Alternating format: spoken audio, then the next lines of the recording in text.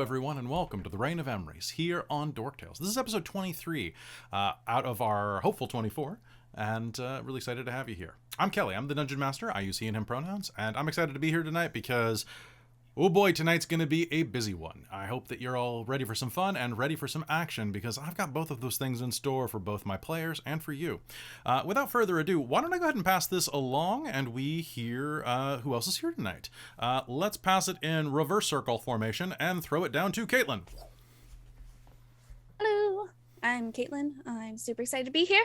Yay! I use she, her pronouns, and tonight I will be playing Talfrin Pridery, the human barbarian of wild magic, who uses he, him pronouns. All right, pass it over to Ivy. Hello, everyone. I am Robin. I use she, her, or they, them pronouns, and tonight I'm playing. I've not brought my voice down yet for Ivy, so I'm not gonna do that nice rumble velvet that she does. But I'm playing Ivy, our tiefling blood hunter, Order of the Mutant, who. I have many concerns about her well-being, and it's fine. It's fine. She's fine. Everything's fine. Everything's fine.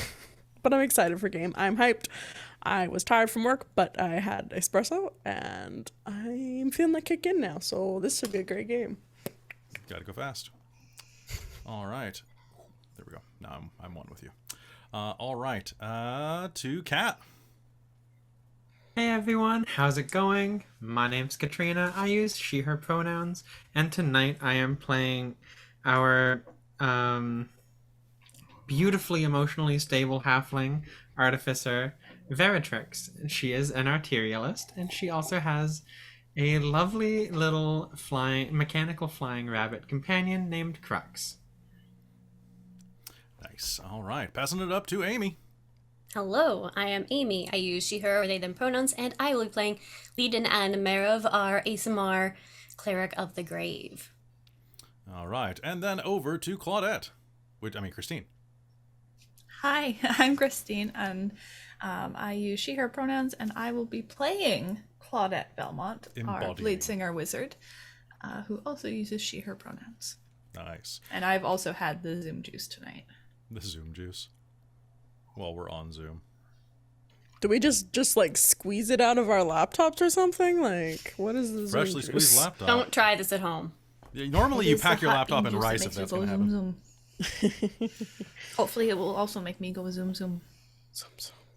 All right, so hey folks, this is wonderful to see you here. Also want to do a quick shout out to two things. Number one, good to see Hailiiz, our artist, in the chat. Hailiiz is responsible for all of the character art that you were seeing on this screen, and our buddy Michael Sylvester Slays is responsible for all of the visuals. So if you are watching live and like looking at the screen, thank those people and go visit them. You can go find Hailiiz, where she does tons of commissions and amazing artwork, particularly character artwork that focuses on a lot of like personal detail. So definitely go check her out. She's always looking for more commissions, although she's very selective. So go with a very interesting pitch. I made her draw Danny DeVito once. That was pretty rad. And also quick shout out to Flawed Cowboy for calling Amy the ASMR cleric of the grave, which is always how I hear it too. So I feel you. Me too. Every time it's ASMR. The ASMR It's cleric. okay. Every time I hear the word paradise, I think either pair of dice or like, yeah. Isn't that what it is? Or paradox, which is a pair of ducks. Or a pair of docks, like Doc Martens. I'll write this down for later to use against you. Dice, pair, dice. I can make a t-shirt out of that. All right, so 'tis the season. Yeah, you totally should let me do a commercial for you, Hailiiz. I'll do it. I'll trade you. We'll do exposure trades. I think I'll get the better end of this deal.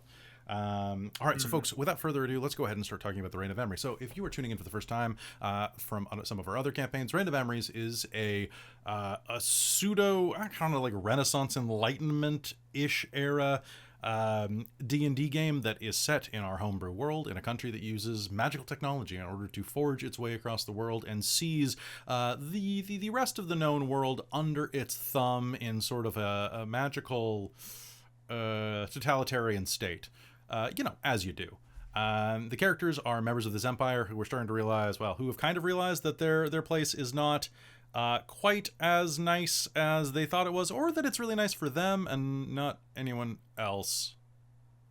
But they've learned some things. They've also learned that if they do not stop a royal wedding inside of, oh, look at that, 2 days now, maybe less, the world is going to end as they know it, as an ancient and virulent mystical plague known as the Black Star phage is going to invade reality through something that happens here. And one of the agents of this plague is none other than the future bride and future empress of the continent and country of Emrys, who also happens to be Robin's character's mother, sort of. Mommy dearest. There's a thing. There's a thing. Oh, so you're saying it's the end of the world as we know it, but I'm just fine. You feel fine? Yeah, I feel fine. Do we feel fine, though? Do you feel fine? I don't know. Do you? All right. So, folks, all of you are going to have a full rest. As we start this off, Ivy, I need you to make me a Constitution save, please. I'm also going to roll for my Chaos dice, too. Sounds good. Let's see. No one else is infected by the Chaos Phage. Everyone else can heal to full, reset their spells, reset their things, because you've had a little bit of time to transport. Last episode, you all managed to... Ooh, that's nice. You made it... Sorry. You made it I'll do math in my head. Loud math. You made it to the city of Duchesne, where the game started, and regrouped inside of the Belmont Manor. Claudette's family, at the end of the previous game, the house was beset upon by Imperial forces who were looking for the source of the magical teleportation energy that had brought you there.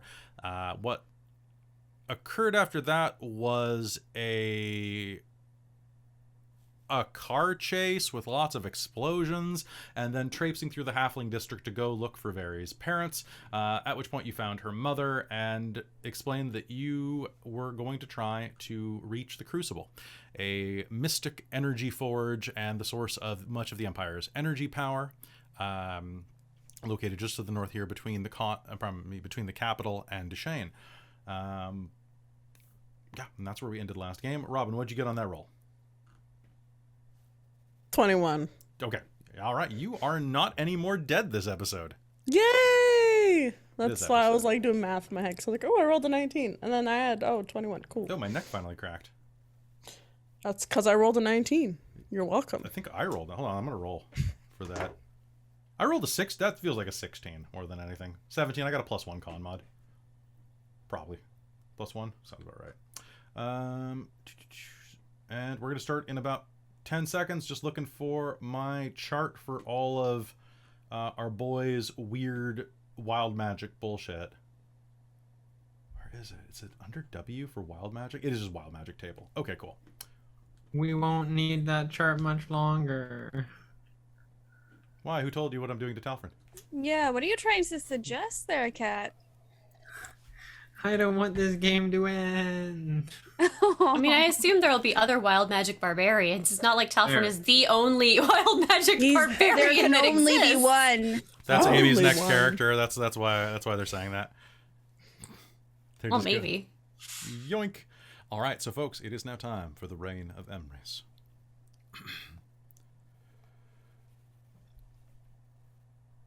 And here we go.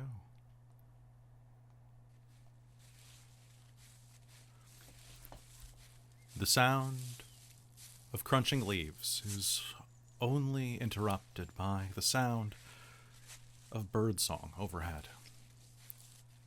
Talfrin, you keep low, bending your knees, mirroring the man in front of you's example. His beard is long and blonde, braided. He walks with a short bow draped over his shoulders. His clothes are jerkin, leather. A quiver is strapped to his right thigh. And he moves with a grace that seems feline, preternatural. You do your best to follow. I'd like you to make me a dexterity check. You may add your dexterity mod to this, but you are not proficient in stealth. Okay. Oh, I rolled a 19. Okay. So It's that's 22. 22? Yes. Okay. So, following him, you manage to make your way through the undergrowth. You're up in the mountains, up in the highlands of Katoghanians, traipsing over bare stone rocks that are shot with algae, shot with moss like lightning bolts of green, verdant hands that reach out over all that you see. The forest is bright and lush, and little shocks of red and gold are beginning to streak through some of the trees as autumn starts to reach its fingers across the land. You're not old at all. In fact, you're maybe 6, 5, 4? This is one of the last memories that you have before they showed up, the Emrysians. Your father raises a hand in front of you. Stop. Do you hear that? Yeah. Below, you will hear the sound of wolves rise up into the day. The wolf song echoes, bounces around the clearings below. And from here, you can see perfectly into a shady glen some 100 feet below you, diagonally from the side of this cairn. In it, you see a stag. Turn and glance over its shoulder. Around it, a doe. Several of them, in fact. As well as what look like a few foals. Is the foals the word I'm thinking of? Yeah, okay.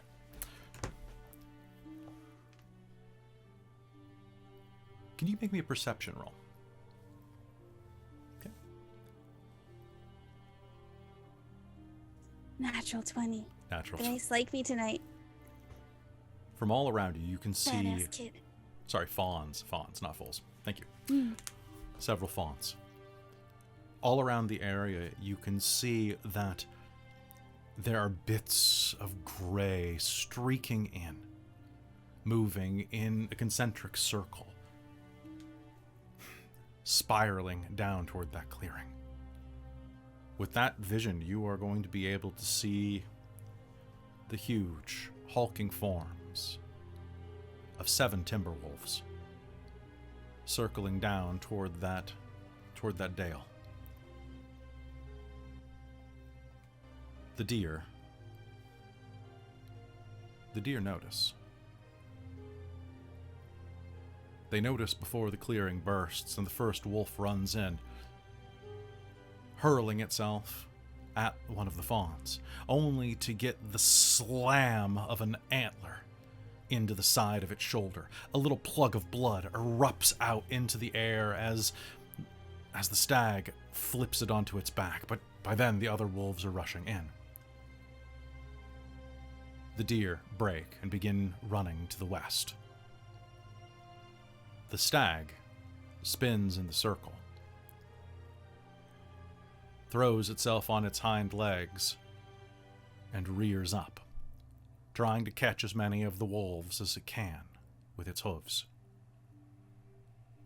A pair of the wolves, likely a mated pair, try to move around to the west, but the stag lashes out, catching one of the wolves underneath its hindquarter with the side of its antler, ripping it up along its groin and throwing it against a tree where it makes a sickening crash.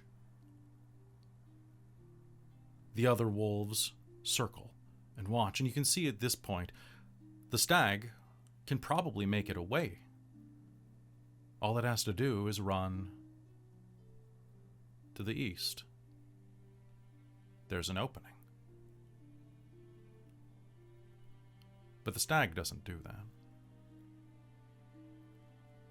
It continues the fight. It rears and kicks and gores.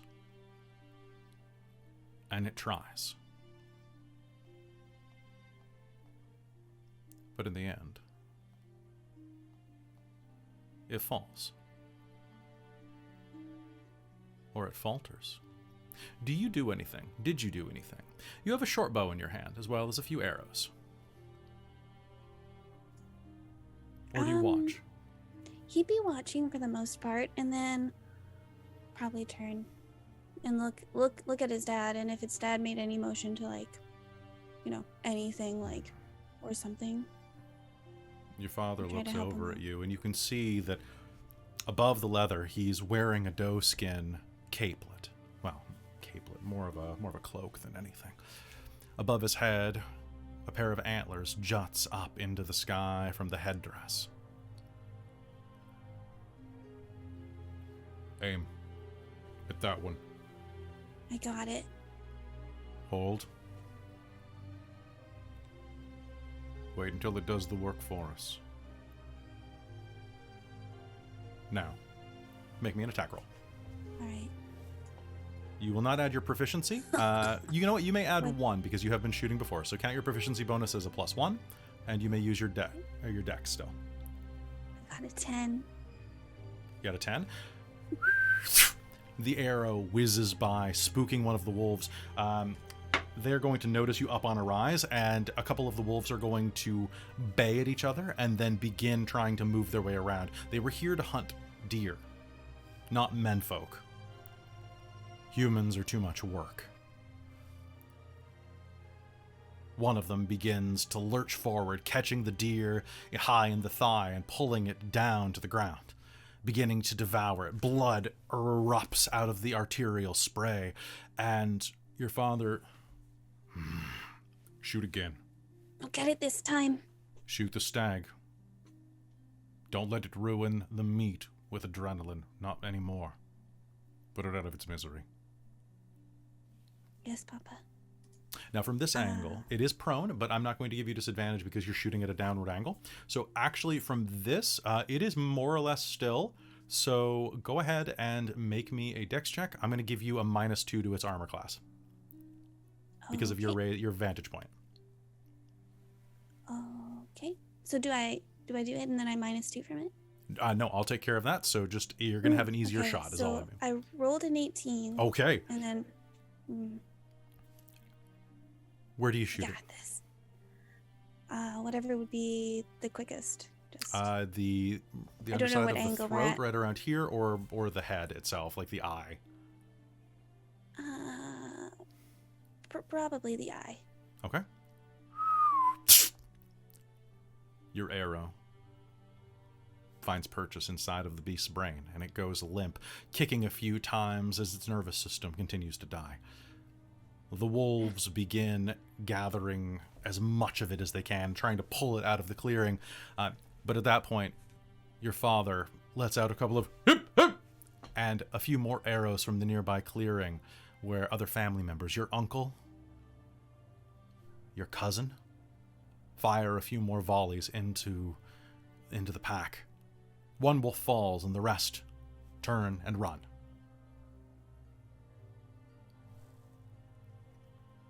Sorry, Papa. I really tried there. You made the merciful kill.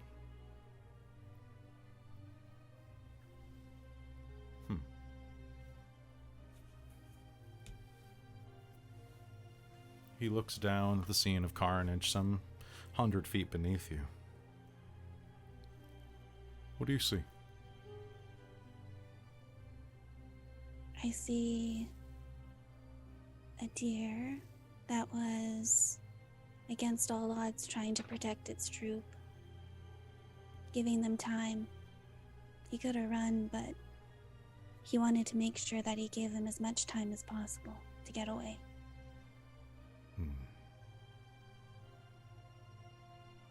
Do you know why we wear the antlers? Because they're a proud animal and strong and very loyal. He's grasping at straws at this point. His father will put a hand on his shoulder. At this point, Talfrin is such a small boy, and his father's hand is so massive. It reaches almost halfway down his back, it feels. Talfrin He grabs you and squeezes you and kind of pulls you a bit closer to look roughly. It hurts a little, but you can't let it show, right?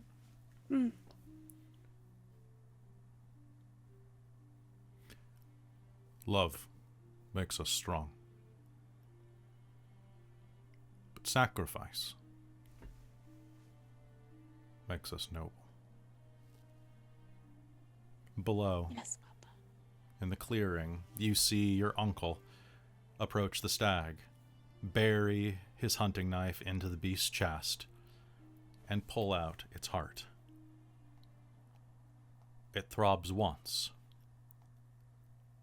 and then we're no longer there. As the camera fades out, we see that the heart is not a heart. Pardon me. Oop.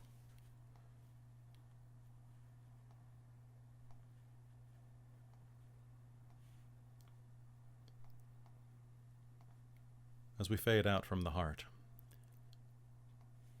being held in that large hand, we see now that that's not what it is. It's a garnet held in your hand right now, Talfred. The aircraft that you all find yourself on totters through the late evening. It's been almost a full day since you arrived at the Soulstar residence. It took a little while, but she was able to find a way to the Crucible. The Crucible is an immense machine. And as such, it requires maintenance, requires crews, requires constant upkeep. The maintenance shuttle that you find yourselves on drifts through the early evening.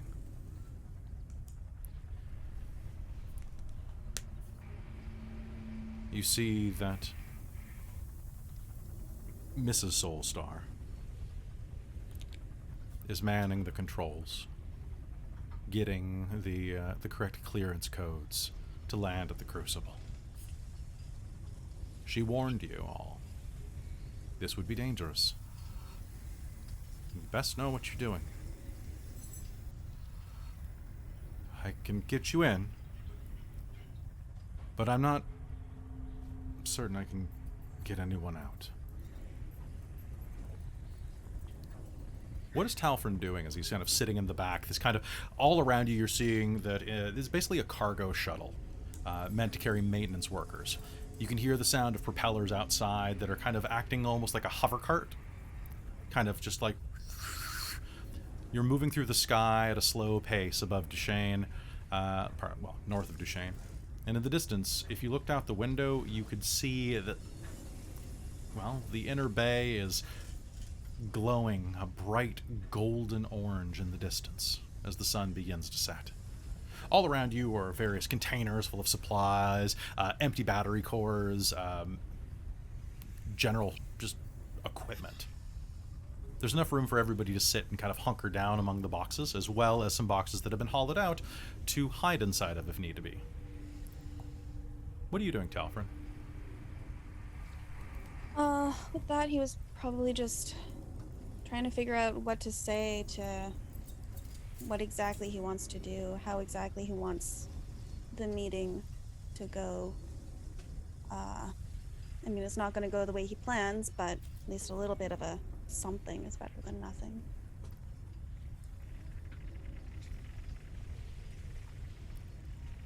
Around the car, around the hold, you can see that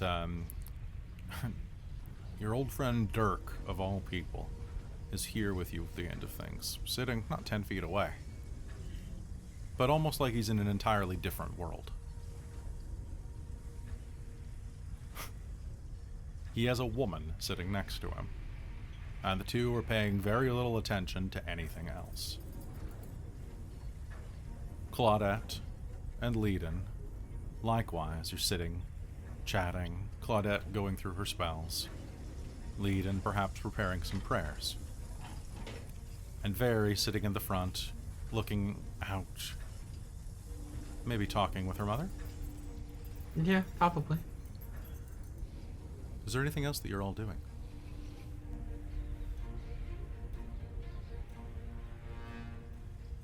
Just enjoying the trip. Probably pretty quiet at this point. Yeah, I think Ivy's sharpening her knives and getting everything ready for probably a big fight. And she's probably making sure Dork has weapons. I'm assuming they talked about how Dork got back to as well, but she's probably a little bit more trusting of his capabilities than when they first met. So, but she's probably still being like, "Yo, you have long range, short range." Mostly short range. I mean, I'm a pretty good shot. I'm really good at ball throwing. I always was good at carnivals because I'm a juggler. I did not know that. Well, I mean, I didn't really have time to. No, I'm not saying I'm not blaming you. I also like. Well, here, give me your knife. Yes. And he'll pull his own knife out, and actually he has two, so he'll pull two of them out, and okay, that's a 24. So he'll just start doing like a really slow knife juggle between the three daggers. Be careful with mine. If you chuck it somewhere, you can potentially willingly teleport to that location. That one's gonna go, and it's going to land like right between his legs, about 2 inches below a bad place, and stick in the ground. You could have told me that before I started. I didn't realize you were going to juggle with them. What else? I just mentioned juggling. What else would I have done? I don't know. You're going to be okay? This is really dangerous, and you've kind of jumped in this adventure in the last act, some would say. Well, I mean, I could use a refresher.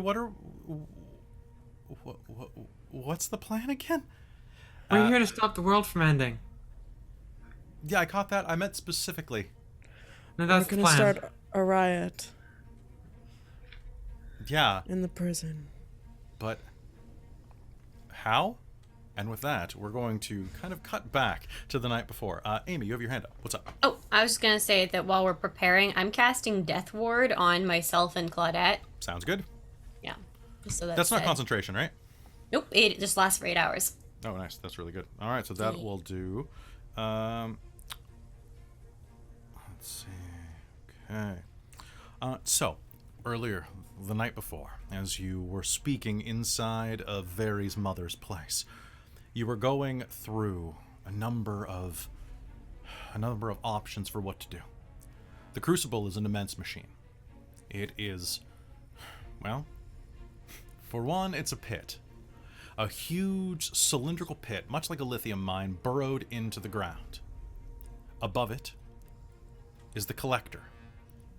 A huge flying saucer-shaped building, about the size of a football stadium. It's tethered to the ground by several immense cables, each as wide around as the waist of a 737 plane. And it stays aloft, one part by its own internal hover engine, one part by magic, and one part by the sheer force of the Crucible's beam. The accretion beam is what is created at the core and fires up into the sky, because I have a sky beam, sorry guys, and it is collected at the top. Which means that the prisoners mostly work on the underside, and then those at the top are usually scientists collecting various energy sources, transferring it into batteries and other using it basically. So like high tech, low tech, split the atom, collect the energy type of thing. With that, that means that all the prisoners are located on the ground. There are a couple of ways that you could get in there. You could try going in through the mines, well, mines we'll say, through the collection, or you can, pardon me, I should refer to it as, we'll say that that is the core, or the smelter. We'll call it the smelter. Or the collector. Both are valid options. The beam itself, rising out of the ground, were you to look down at, you would see that it is roughly 1,000 feet long. Blasting into the sky with a whitish blue glow. So, anybody who's trying to figure out what would be a good idea here and understand how this thing works, you can make me an Arcana roll. If you are asking Very's mom questions, you may roll with advantage because she can assist. Okay, I'm gonna be doing that. I'm absolutely asking her mom questions. Oh, 100%. You got yeah. 20 total? Nat 20. Nat 20. So what's the total? And that was Arcana, so That was that's Arcana. going to be 27, I believe. 29, sorry. 29.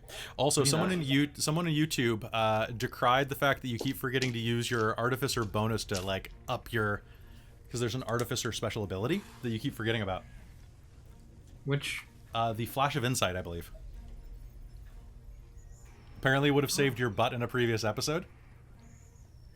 Flash of Genius. Flash of Genius. So don't forget about that. It's basically like, it's like a bard ability almost. Oh yeah, I've used that a couple times. I think you just forgot in a previous game. Someone was like, I love the game, but oh my god, Perry, use it. I also rolled a natural 20 on the advantage, so I got Holy 27 shit. Holy shit. for Arcana. I rolled 19 and got 28. Sneaking in here with an 11. I'm proud of you. Thanks. I'm proud My of other you. Oh, dice man. was a 1.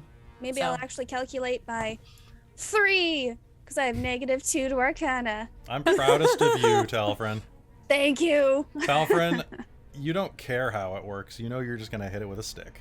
Yeah, basically. He's gonna, like, try to think about it a little bit and then brood in the corner. Okay. All right, so depending on what you want to do here, there are a few ways to disrupt the flow from the Crucible. One is to attack the collection conduit and destroy some of the machinery inside of there so that it can't actually do its job anymore.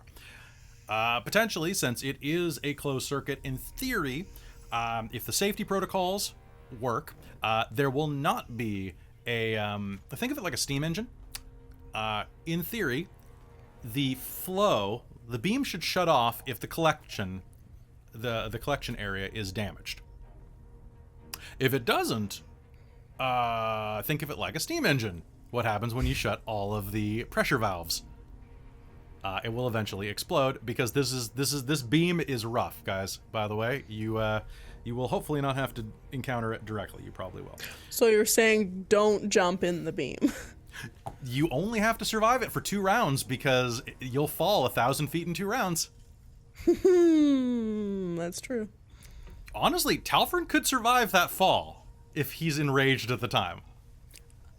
I wonder if you could flap my wings like 30 feet from the ground. Could you do that at the falling? I believe you would still take falling damage from the lurch, but I'd give you a strength save to try to reduce it.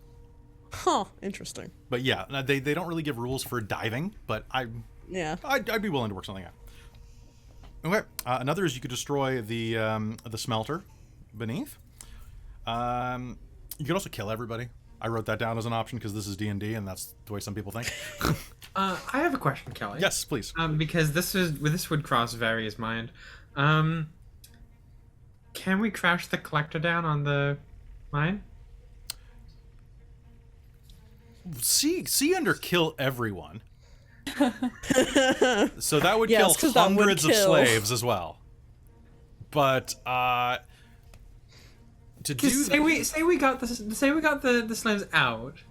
to do that, you would have to hold on. I'm just thinking of how many for different internal systems would have to be broken for that.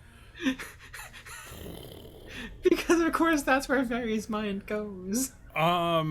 I'm surprised that she didn't think to use the central collector dish as a transport into the capital, but okay.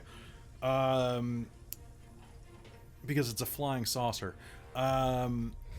Theoretically, it would be more effort than not to do it, but maybe you'd have to find a way to disable its own levitation, as well as I have a feeling that it'd be hard to aim it on the way down because of the tethers. Oh, pardon me, there are 6 tethers. I should have just looked at my damn notes. I wrote 6. Okay, so improbable but not impossible. It's D&D, nothing's impossible. Make it cool enough. I don't care. I mean, I think it's cooler though to fly a flying saucer into the capital. Right. And then crash it on the capital? Well, this isn't the capital though. No, but fly it to the capital and crash it on the palace. I would say two things about that. No. I would say flying the collector dish would summon the entire Emrys Air Force against you. Yeah, probably. So you want the big knock on the front door in the most obvious way possible and go, oh no, how did they know we were here? Yeah. Also, if you destroy the Crucible, do you like Magitech? Oh, yeah. That means no more Magitech. No. That's basically like destroying the Hoover Dam. Like, this is their power source. Yeah, good point. Now, to give you all an example of the rough mechanism of how this works. Yes, Ivy. One of the questions Ivy would have definitely asked Very's mom would have been like, which is probably the most easy to reach and for us to access of the two between the smelter and the collector. She would have which one would have been probably the more easiest to sneak into, disguise into. Well, it's pretty easy to end up as a slave. I can get you the easiest into the upper chamber, into the collector dish myself, because that's where I've done all my work. I haven't done any work underneath. My clearance isn't high enough. But there's a lot of there's a lot of sky science, basically, that needs to be done to keep this thing aloft and collecting. It has to be attuned just right, and that's one of my specialties, and the same with Mr. Soulstar.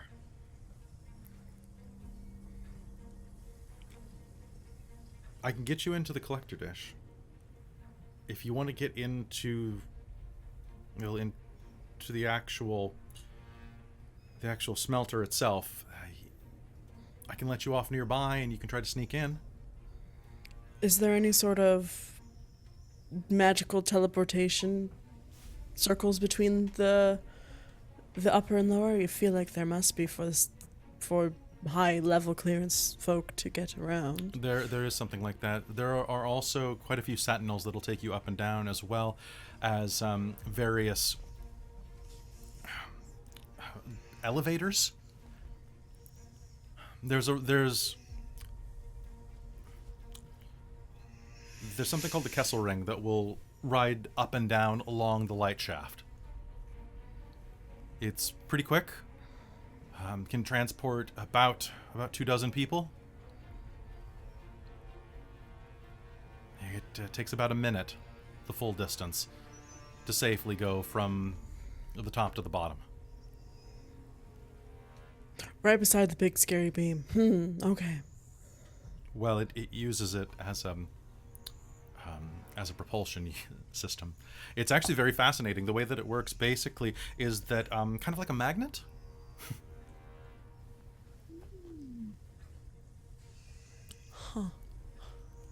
What you need to understand what's happening down there is that several different refractor beams are all combining to basically shatter and redirect the energy from whatever is being brought into the smelter itself. Usually it's magical items, ores, other things with inherent arcane potential and inherent energy. By shattering them, it releases the stored energy and is rechanneled up into the collector dish to be put into batteries and, well, everything that powers our lives.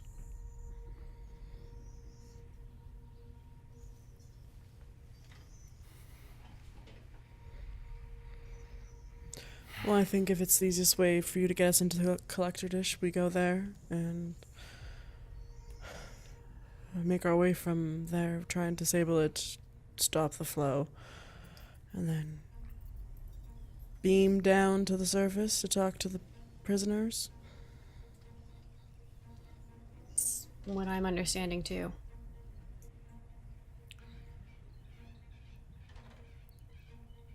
I'm not sure Hopefully how there'll you... be a Sorry? big enough distraction that we'll be able to get in the city without being noticed. Hopefully.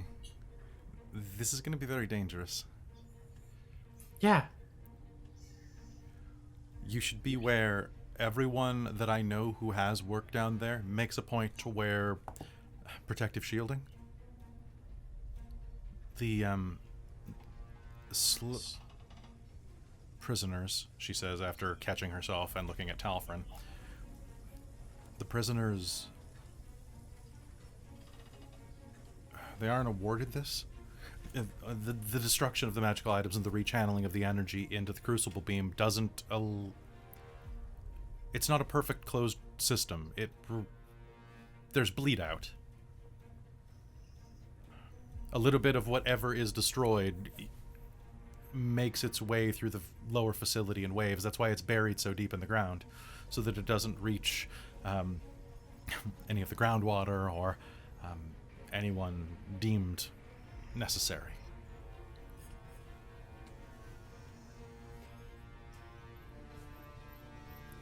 Now, for those of you who got nat 20s there, Yes. actually, you know what? And Claudette, I'll give it to Claudette too because she's smart enough. Anyone? So the way that it worked, basically, okay, you guys are all kind of understanding the basic mechanics of this magical fantasy hubbubaloo we've created, right? Okay, so, okay. But what that also means is there's some type of super collider down there, and that is impacting whatever is thrown into it. So say that it's kind of playing with the idea that matter and energy can neither be created or destroyed. They simply change state.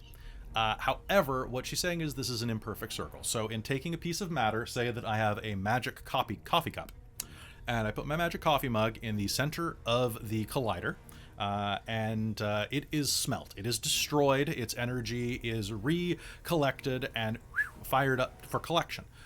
What that means, however, is that it's not perfect, so there is a bit of a backlash in the area. I'm going to say that it kind of goes like this. Pew! And whoom! Okay? So kind of like a wave, right? A big particle wave that kind of ushers out, kind of like the Death Star blowing up, right? In one specific concentric circle. What that means is that whatever you put down into that gets atom smashed, also irradiates outward.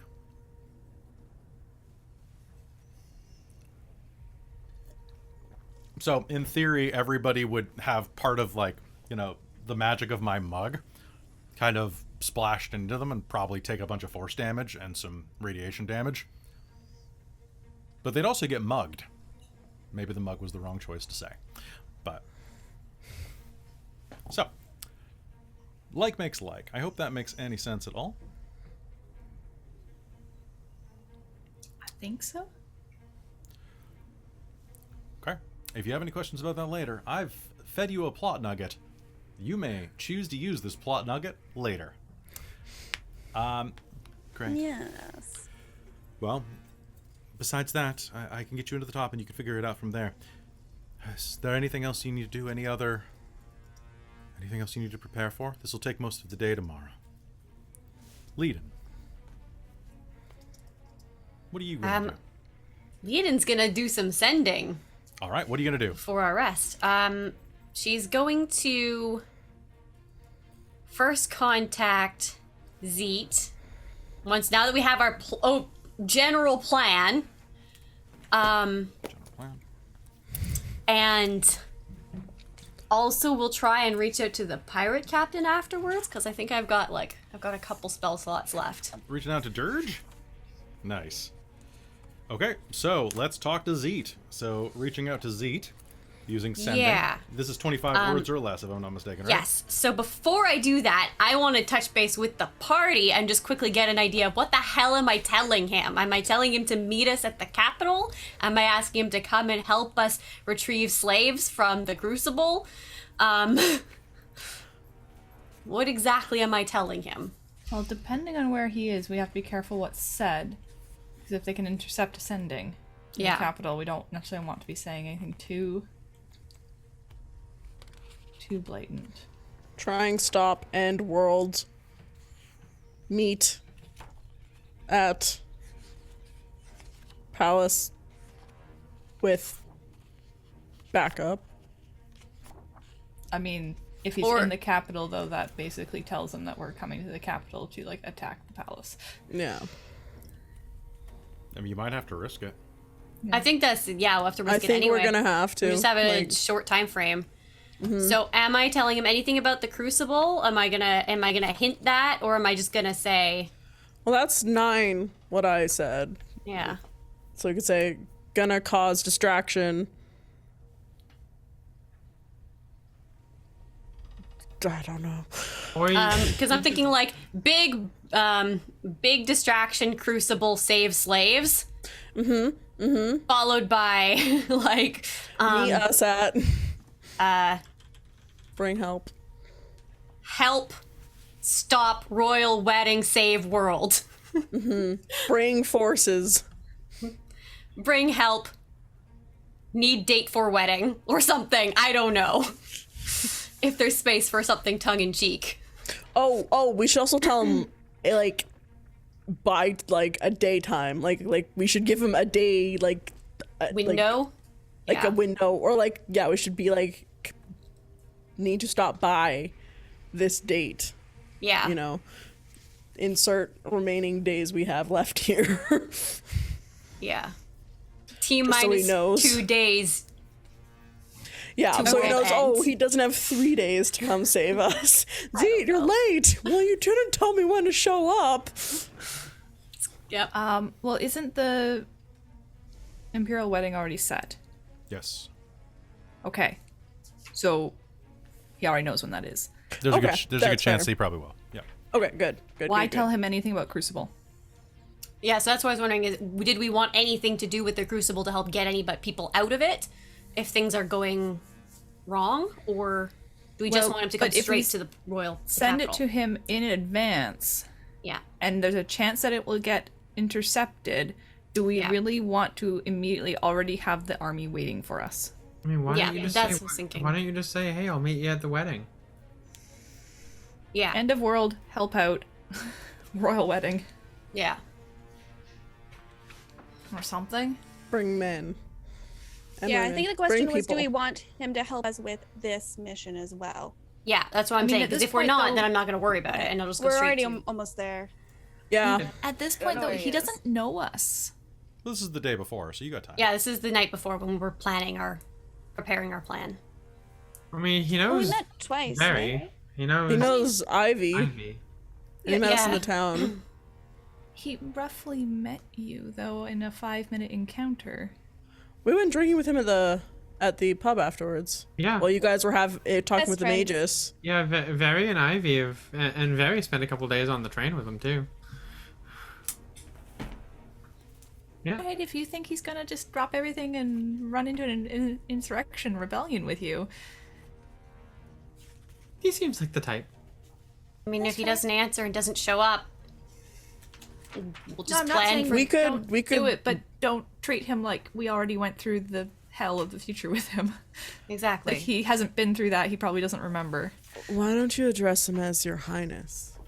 Or my king?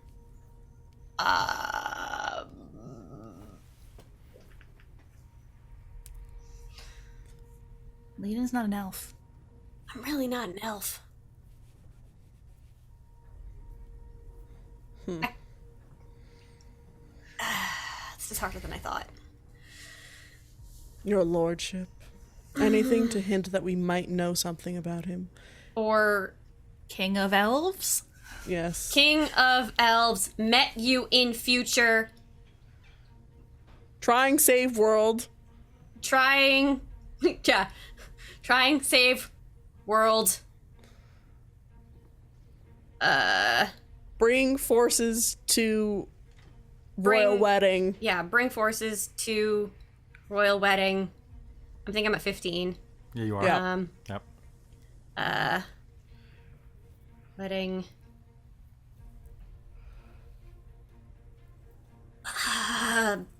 Need your help, please. Your Highness? You got 3 words left. Or 4 words left, I can't tell. I think I have 4. Okay. You gonna put need date for wedding? Yes, need date for wedding. Alright, make me a persuasion roll flat. Without the cheeky, I was going to give it disadvantage, but if you did cheek... I thought we needed something. He seems funny. Ooh, do we all start with inspiration again at the beginning because we're not in hell anymore? Yeah. Okay, that was a 19, even though it totally just clanked off the edge of my rolling tray and not into my rolling tray. So persuasion, you said? Yep. 28.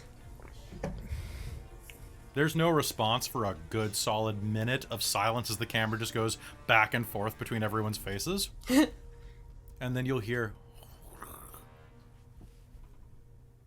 Hi. Who's this? Y'all sound familiar, but I ain't been to the future yet. Sounds shitty, y'all. Ain't never said no to a wedding invitation, though. And that's my 25. Okay. They never said no. Beautiful. They never said no to a wedding invitation, though. All right, so that's one sending out of the way. Check.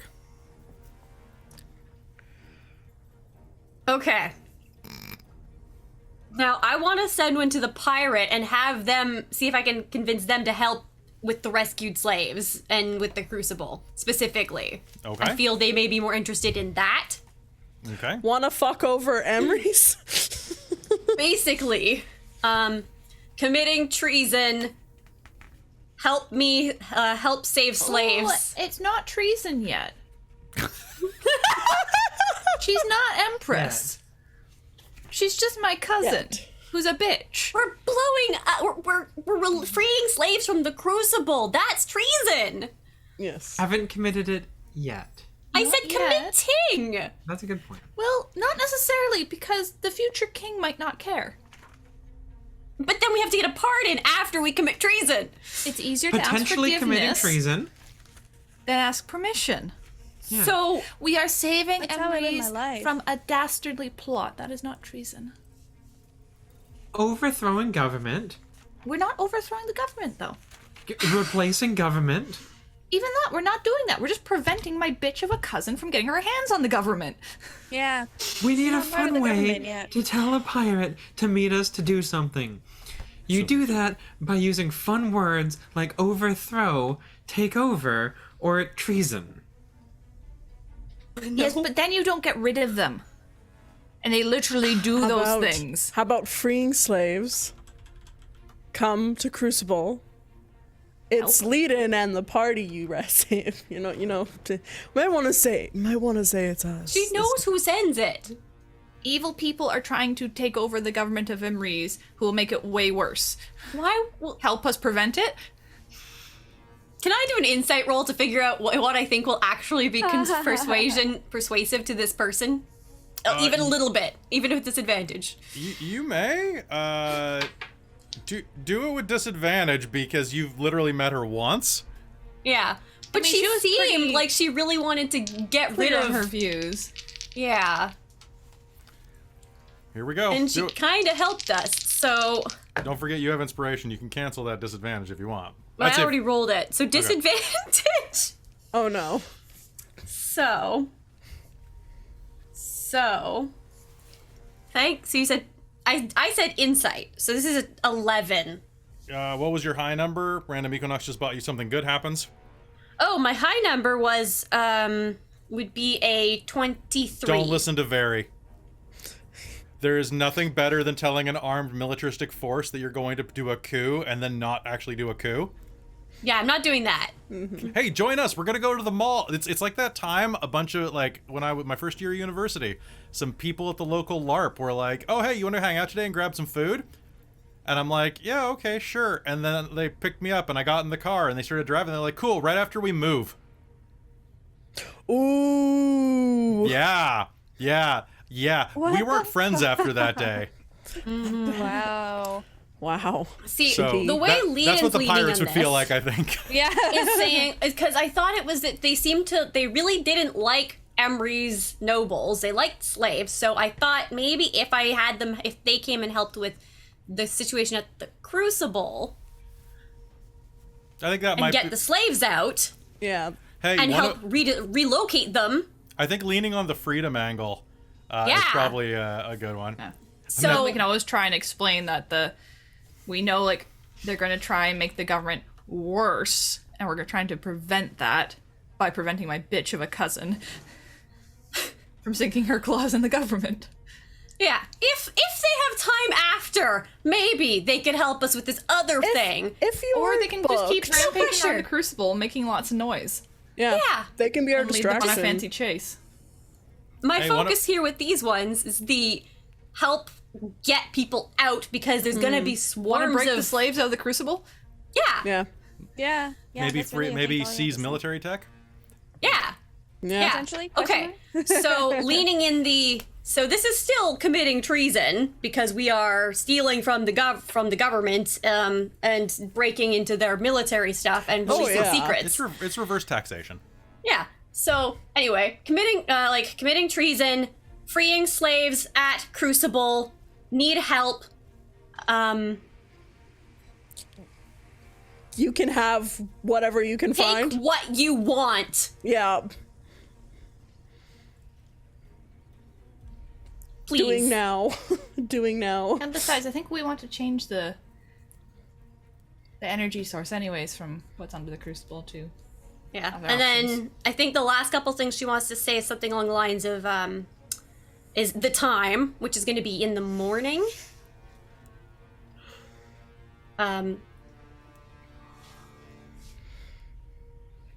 So arriving or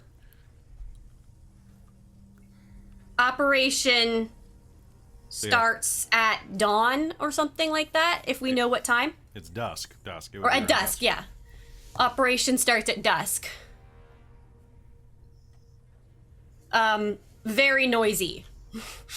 Very. Or could be fun, It's a very noisy. Could be fun. Got ya. if that's, yeah. Okay.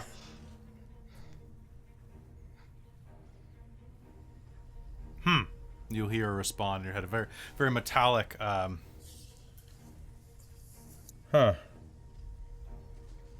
Very is noisy. That's why we get along with her. Pardon the pun. A bit of onomatopoeia. This had better be worth our while. If it's a trap. And then the last word is going to be the sound of. Amazing how they send that. Amazing. She's a warforge. She can do what she needs. Oh, yeah. So, yeah, I guess I'll communicate the responses as best I can. Story checks out. All right. Like Okay. Then Let's go. All right. I'm having a nap first.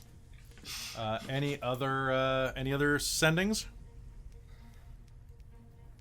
I didn't have any that I super wanted to do unless there was ones that other people wanted to suggest.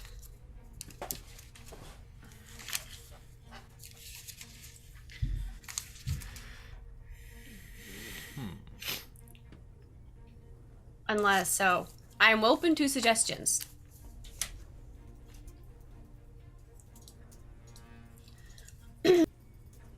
Meanwhile, Vary's gonna pull out that little octopus statue, show it to her mom, and be like, "Do you know what this is?" I don't even have the slightest clue, honey.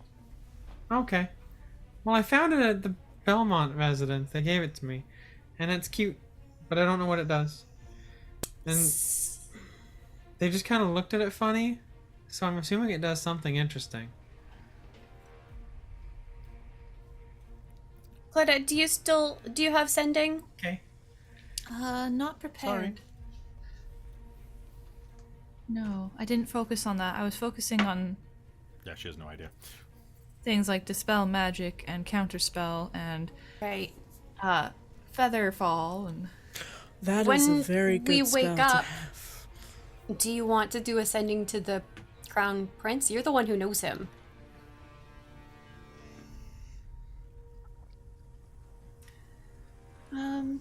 I suppose potentially... I don't want to say much of anything. Like tell him to leave town or something to not get caught up in all of this, or ask for some assistance. The problem is he could be He's in the capital. easily Exactly. influenced. So if anybody's going to be watching somebody's for sendings, Yeah. likely it'll be him. So maybe if we make it out of this distraction, Yes. then Potentially there'd be just much be less wary, time. delay. Delay.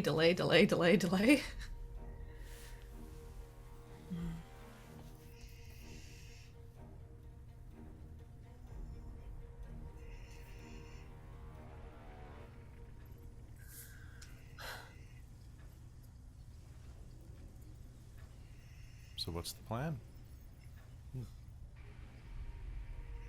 I think we save it just in case we need to contact someone.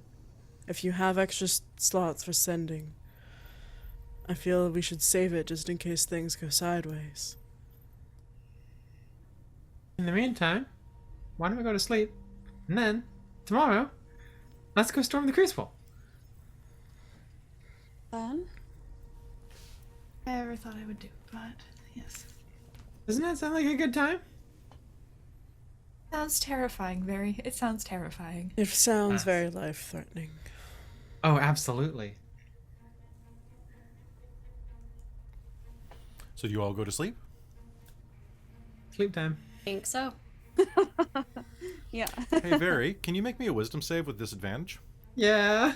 You can add your perception. You can use your whole perception with disadvantage. Okay.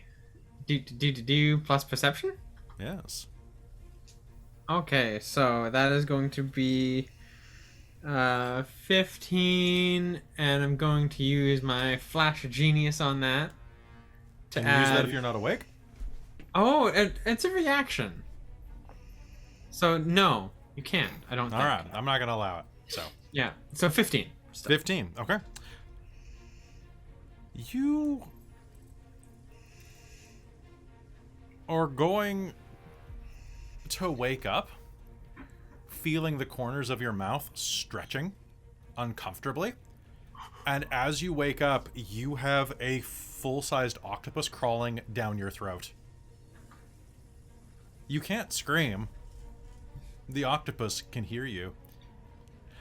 The octopus begins to pulsate and push down your throat. You have a moment where you can't breathe. What do you do? I'm gonna try and pull it out. Okay, you can make me a strength check. Oh god, I don't have very good strength. I guess it's time for Very to die again. Holy shit, not 20. Okay. Plus All 0. right. So you would like to unattune from this item? Oh god, I am attuned to it, aren't I? You are attuned to it.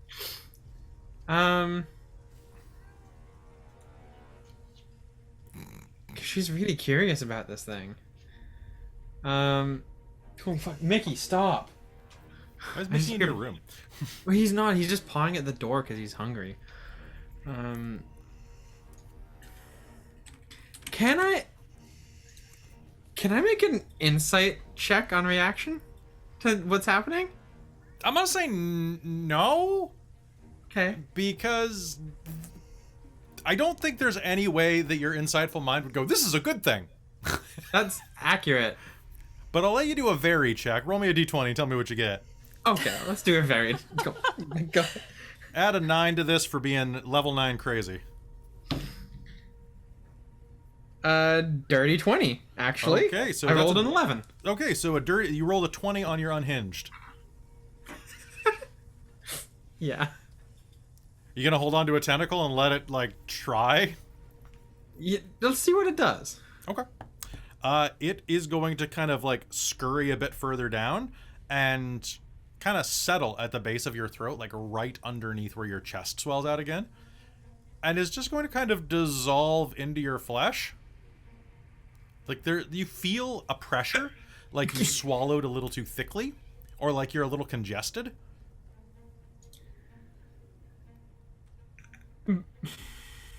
Okay. As you say okay, the tentacle is going to go down your throat. And you feel like a pressure, like you feel like you could flex this.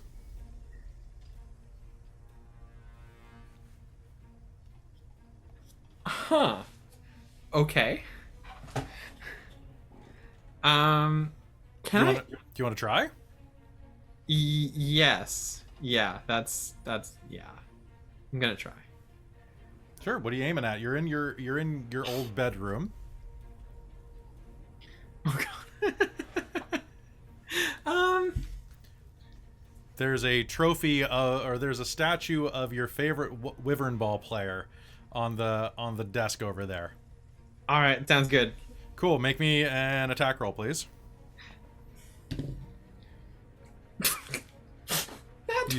Nat 20 using strength. Okay, you're going to open your mouth, and a pair of tentacles is going to lash out and explode your statue.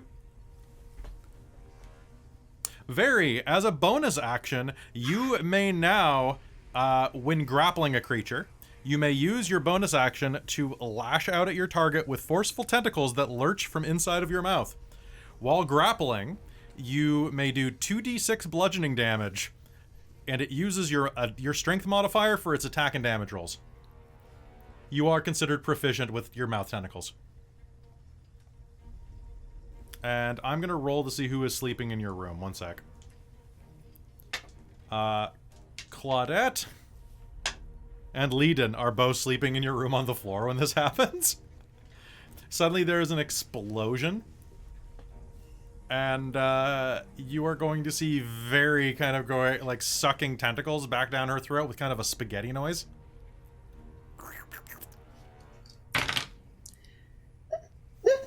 I think Claudette's reaction is kind of to sit bolt upright, go, 5 more minutes. I rolled to see if Leiden was, if her sleep, desire for sleep would outweigh her desire to wake up and check what was going on. I rolled a 1. So I don't know if that means she bolted upright or if she just slept through the entire thing. You just slept completely through it. If she missed this entire situation, okay. I think Claudette Wakes up in the morning going, doesn't like, really register pieces it. of like debris on her. What? I think Claudette sits up, sees it, doesn't really register, goes 5 more minutes, lies down to roll back over, and then goes, wait, what? And by that time, various tentacles are already back in her mouth. Yeah. That was a weird dream. Roll back over. Try and go to sleep. Stick her cold feet on Leiden's feet. Yeah. You were saying that I need to have grappled somebody? Yeah, so while grappling is what it says. So while grappling, this thing works. Okay. I will double check. The first night you sleep after gaining the item, it animates, crawls down your throat, and settles there. From now on, when grappling a creature, you can use a bonus action to lash out at the target with forceful tentacles that lurch from your mouth.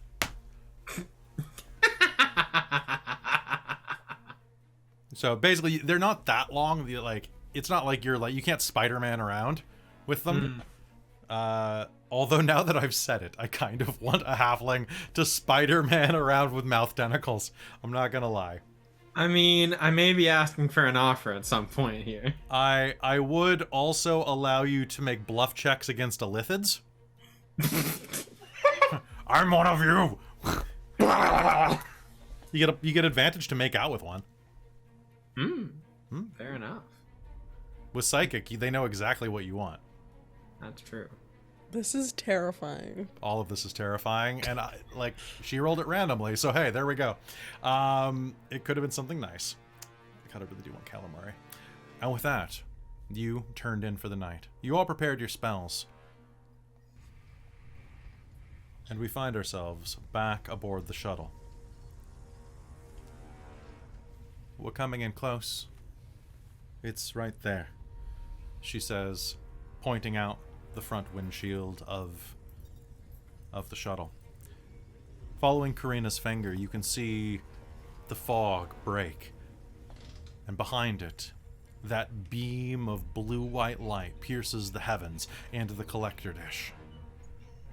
It's even larger up close. Impossibly so. The collector is the size of a galleon.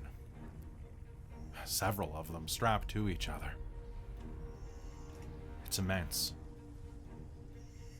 A cathedral of power floating in the sky above hell.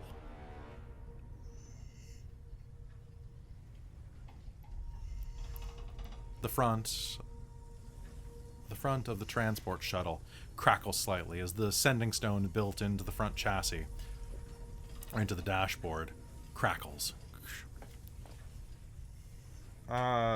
This is Crucible. Please report your status. Over.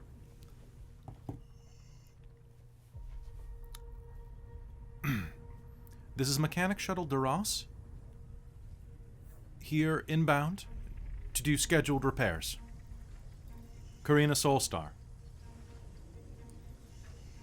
Imperial Artificer 97283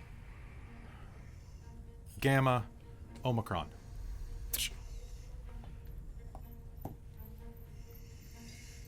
Just a second.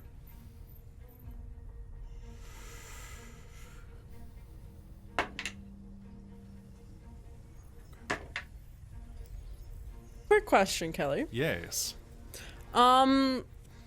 With the way that this hover car is, are we all in like the same main area? Like, could Ivy have heard her say her call sign and remember Yeah, you that? would have heard it. Basically, picture like a cargo plane. Mm-hmm. So with like the door is open into the. Okay. That's what I want to know if like the door is open. Mm-hmm. Cool. right. Because Claude's Ivy's gonna not- make a mental note about that. Claudette's not making a lot of sound or anything, but she's kind of mouthing over and over, "It's not treason yet. It's not treason yet. It's not treason yet." There's always room for treason.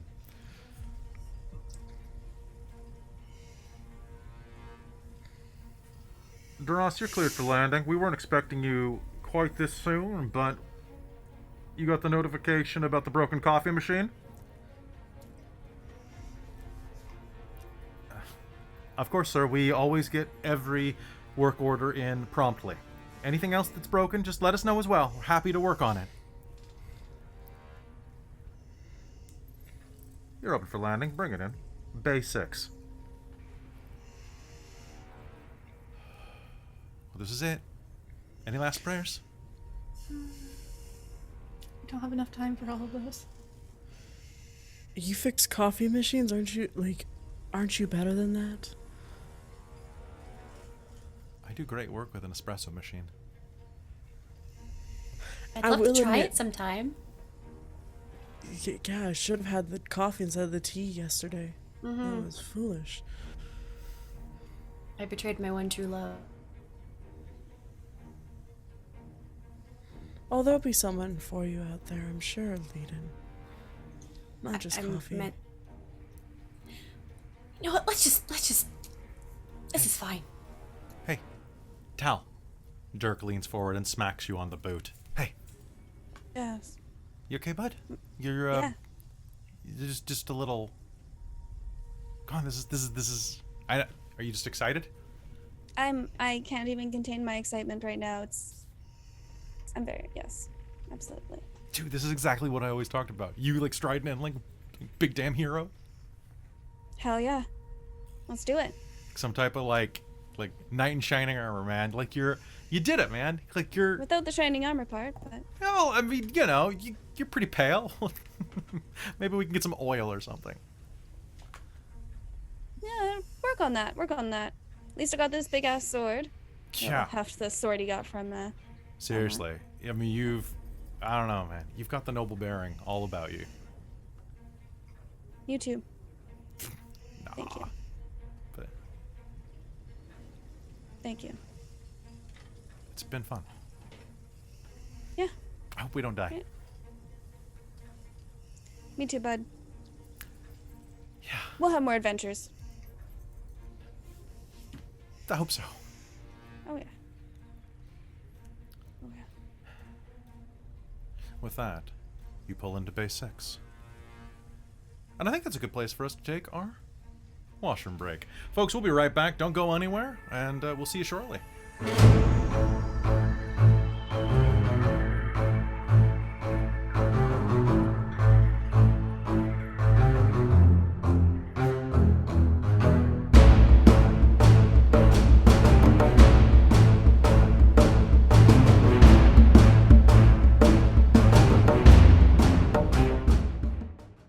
Well, hello. Welcome to the portion of the program where we talk to you, the chat. Ow, my shoulder's killing me, guys. So how's everybody doing tonight? How y'all doing? We're going to do this for about 10 minutes, and then we're going to hop into game again because there is a lot of stuff. Yes. There's a lot of stuff I got to do. During the break, Christine was like freaking out. She's like, how are we going to do this? And I'm like, if you think that as a player you're freaking out, try running this as a DM where you're like, how do I make this simultaneously difficult enough, but also plausible so that there's a story, right?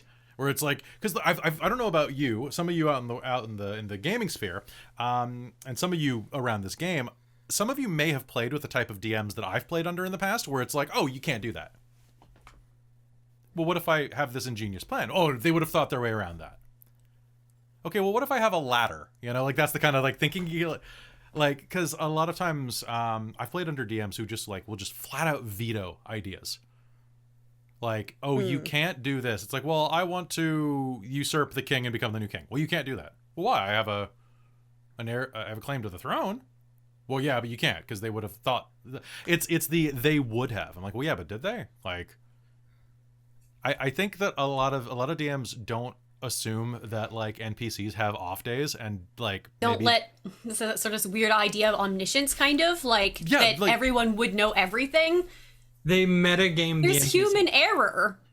Humanoid error. We were like just talking. That one person who just happened that one night to be out at the pub because they won a lottery ticket and got like a gold coin as their guard duty, where they only get coppers, so they go out on the town and buy a round of drinks for all their friends, and they're out like that extra 15 minutes later. So they're just not there, or they pick up, I don't know. Yeah. Right? And so like that's one of the things about this. And I kept reminding myself for this episode, look what Obi-Wan Kenobi was able to do at the Death Star by himself. And if the Death Star didn't have security, I'm going to say the Crucible might not have as... Like, I'm going to assume those are similar securities. And there's also that hubris of, like, no one would dare try this. This is ridiculous. That's kind of what I'm thinking. Like, you know, like, nobody would ever think to attack something like the Crucible. So why have it be heavily defended? Because no one will attack it. No one's that stupid. Or the specific protocols in place that would stop it would be... Or the fact that we got past those protocols by going in a legitimate transport with a legitimate code. Yeah. Yeah, so now we're in... Whereas, like, the pirate ship would have had, like, way more trouble. But they're not assuming that those people could ever make friends enough to get in. And also, there's the whole, like, oh, well, what about, would they have not, like, revoked different clearances and things? I'm like, yeah, I mean, like... Maybe, but in the modern era, top sure. is modern resources, like, human resources anyway. Like, did they remember, or do they do it all in a batch clear at the end of the month, or do they do it immediately? I like to think that they're not as fast at doing it as other people might be, you know? Like, it's still technically medieval times. Or that situation where you have proper clearance, but for some reason your access code gets revoked so many times that they're just used to people having access codes that don't work the first time through. Like, like, oh no, the machine's acting up against. Oh no, the machine's acting up again. It does this. This is why the coffee machine, right? The coffee machine's on the fritz. And if you're there like, I'm here to fix the pizza maker, people are going to let you in. There's free pizza coming. Yeah. Oh, good. We need the coffee maker done like stat. Yeah, right we now. needed it yesterday. There are things that are more important than security, and those things are coffee and pizza. All right. So, what other cool stuff do we have? So, folks, let's see. We've got some good games coming up. We got some good people in the chat right now. I see that Arthard's there. Good to see Arthard. Oh, Arthard, if you are watching BAM, I have some unfortunate news, my friend.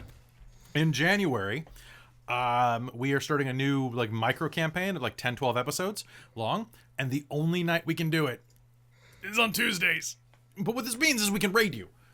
So I'm really sorry. I was trying not to do Tuesdays because I like having my Tuesdays off, but we can only do Tuesdays, which is the Weed D&D night. So, and by the way, if anybody is looking for a great cannibals-friendly Dungeons and Dragons experience, after we're done with our micro chronicle, go subscribe to Arthard and go watch all of their stuff because they're really great people.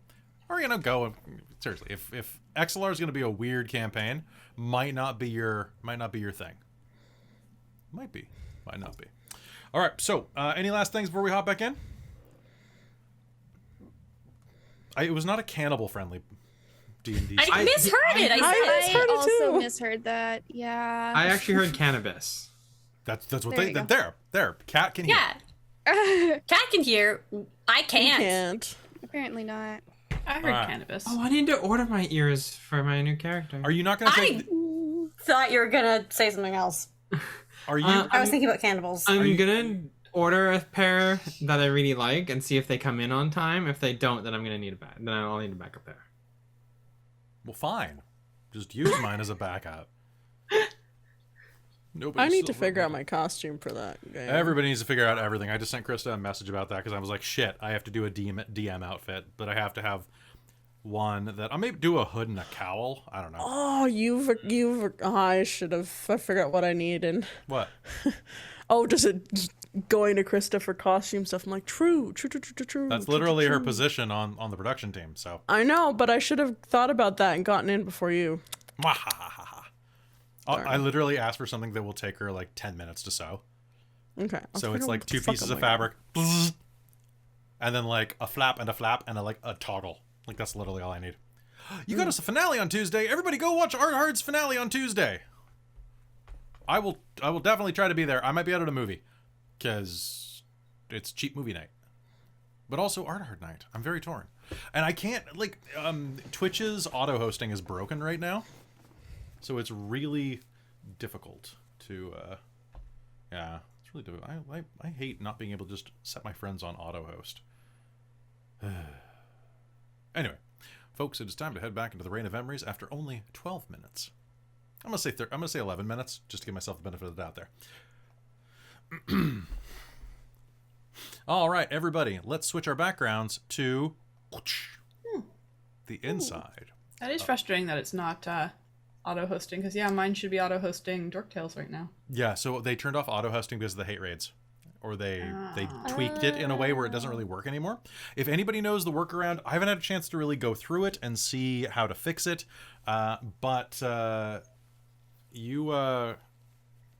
yeah, do check that out. Yeah, sorry, we're keeping the chat portion a little quick tonight because in theory we only have 2 episodes left, including this one. We'll see how that goes. We might have to have 25 episodes depending on if you guys end up fighting like Arcario in next episode, because that fight's like a 3-hour fight. I just want to punch him in the face. That's a much quicker fight, but I think it'll have disastrous results for I you. want to punch him in the face again. Okay, And well, again. if you punch him in I will enough... punch him too. Can we just do an all-out attack? I also want to punch him, but maybe with my mace. Hey, actually, you know what? While we got him here, Arthard, can you post the rules? Do you have like a wiki or something where you post the rules for your all-out attack or your party attack? Because you actually created a mechanic for that, and I want to steal it. So put it in the chat, and I'm gonna look it up, and yeah, because I want to. Drizelta, I will find you, man. I know where you live. Yeah, but so hit triangle to do an all-out attack. Also, in Facebook, I sent you all another background for if you guys go to the collider portion. So go ahead and just pop that up when the time is right, but don't worry about that. All right, and with that, I think it's time for us to head back into game. Everybody's in the dish. All right. That means that we should be... I have a strong urge to go find a stormtrooper outfit. I have a strong urge for us all to find stormtrooper outfits. Why don't we do this? Okay. I could use a stormtrooper helmet, yeah. Yeah. Just a helmet. That's Yeah. all I need. Mm-hmm. Okay. I recently found the Mandalorian costume group card that I got at a convention like, I don't know, 7 years ago now.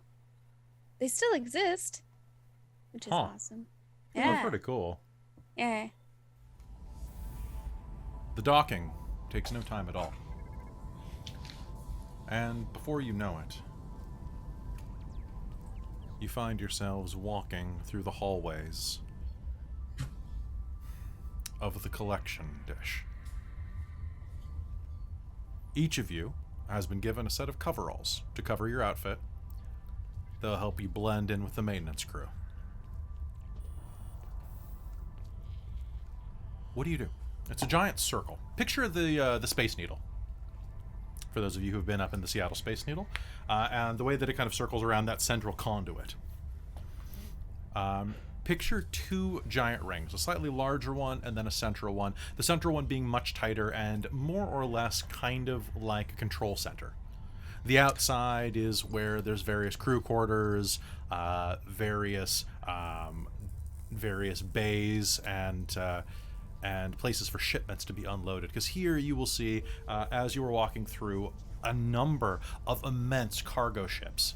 And when I say immense, I mean the size of a full freighter, are parked there waiting to deliver the payload, which are these immense energy cubes. Each one of these is, I think the best way to refer to them is a battery ingot. They're about the same size, shape, and rough dimensions of, say, like a Ghostbusters trap, including the handle so that they can easily be slotted in. Each one of them glows from within with that slightly Tesseract-y energy, that bluish, this is a magic cube energy. Do we have a map? Do we know how to navigate this area? Did we get that from Very's mom? She gave you an explanation. Who's leading people through? Probably me. Cool. Can you please make me a survival check? Yeah. Okay. Oh, that's the wrong button. There we go. That's what I want. I guess one thing Ivy would have probably asked Very's mom while they were traveling, now that I think about it, because she doesn't look like a typical worker person anymore, so she would have asked if they get like visits from Imperial Science Division at all. Absolutely. I got a 19. A 19? Yeah, on survival. All right, so you think you can find your way to the main area, into the. So once you get into the central collection ring, it's mostly scientists inside of there. There are some security devices there, as well as any on-hand personnel. The Imperial Science Division is often present. Oh, I'm just wondering if I not wear overalls and look like I'm your security. If you think you could. And that is where we're going to flash and find ourselves walking down the hallway dressed in coveralls, with the exception of Ivy. Now, Ivy, what are you trying to do? Who are you trying to pass yourself off as?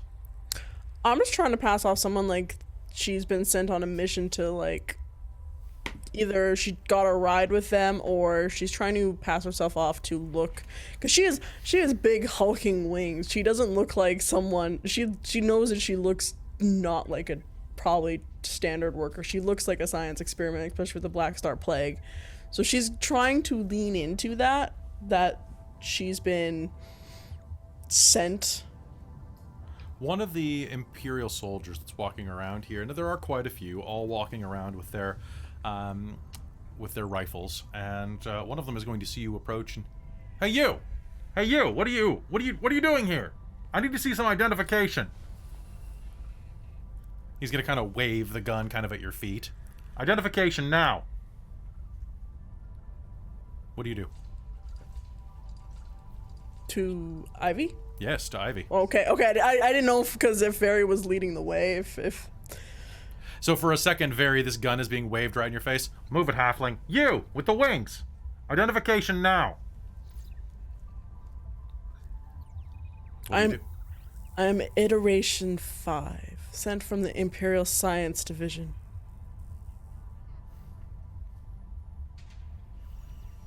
You can go talk to the doctor, but he's a very busy man, and I think he'd be very, very annoyed by you disturbing him on a mission he has sent me. A very simple mission, but it is training. The other soldier next to him is going to nudge him and say, hey man, that's one of Dr. Volcanus's freaks. Make me an intimidation roll.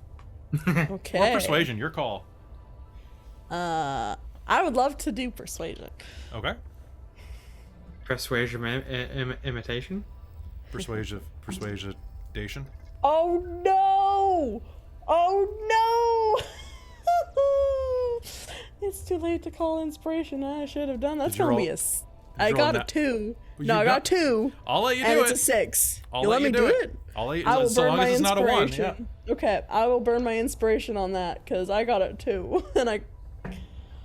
Okay, that is a lot better. That's going to be a 22. All right, move along. You see the wings on that one? What a freak. Can I even make a perception roll to see if she overhears you that heard it. or whisper? Okay, she's going to as they're but they said that after they walked by her or like Yeah, after you walked by them. yeah. She's going to turn around and say, it's all about perspective. See, you working up here in the air constantly, I find you're the freak. Whatever, freak. Well, that's a roll.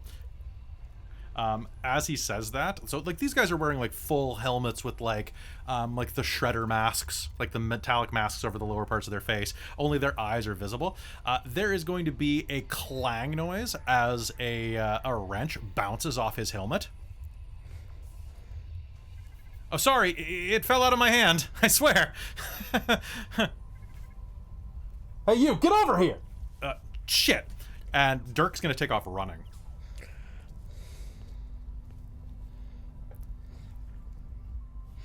The two are gonna give chase. All right, let's get where we're going. Well, we better keep going. Well, they rolled a 2 on their insight roll to see if that was a clever ploy. So, clever boy. Clever boy. You continue walking around the promenade, and as you do, you make your way toward the junction platform. Just a simple L shape that's going to lead you down a corridor much like the one behind you right now into the central chamber. As you move through, someone steps out into the outer ring and takes a look in your general direction. Claudette, can you do me a favor? You, I suppose. Leiden, and Talfrin are all going to come face to face with, right here, with Magus Lankea Quarto. Oh shit! I should have used my disguise kit earlier. I mean, I haven't done it because doing it to a wig is really frustrating. But she would have taken out her hair clips and like braided. No.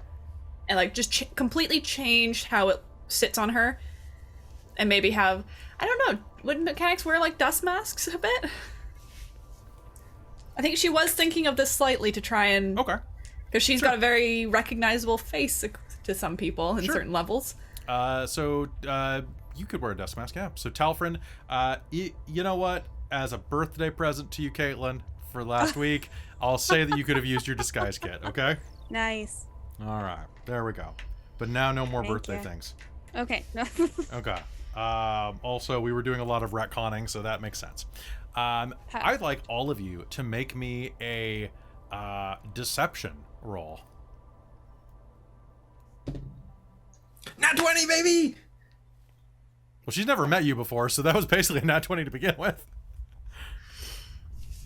I was gonna say, Kat, I think Kelly just wants the three of them to roll. 14. I got distracted, okay? Dirty 20. I heard make a roll and I got excited. Talfrin, what'd you get? Oh, 17, sorry. 17, and then I believe it's +5 for your disguise kit. So 22? Nice, 22.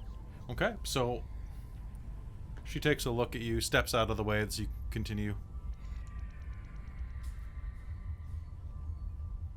Excuse me.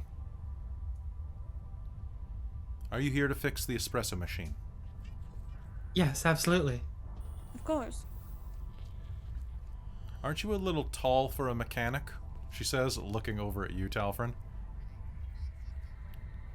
Mechanics come in all shapes and sizes. I can reach the higher things up on the tops. He reaches of the things that everything. I can't. Yes, Make me a persuasion precisely. roll with We make a advantage, because that was a really good line. team.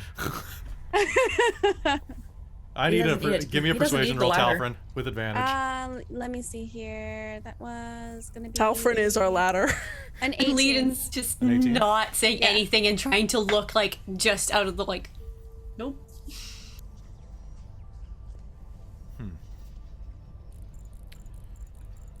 You wouldn't judge other professions. I absolutely trades. would. Make sure that you get the frother. I mean, that's the most important part. Yes, ma'am. It hasn't been correctly calibrated since the last time that it broke down. That's what happens when the Empire hires subpar mechanics. See that they didn't this time. They certainly didn't. And she'll gesture down the corridor.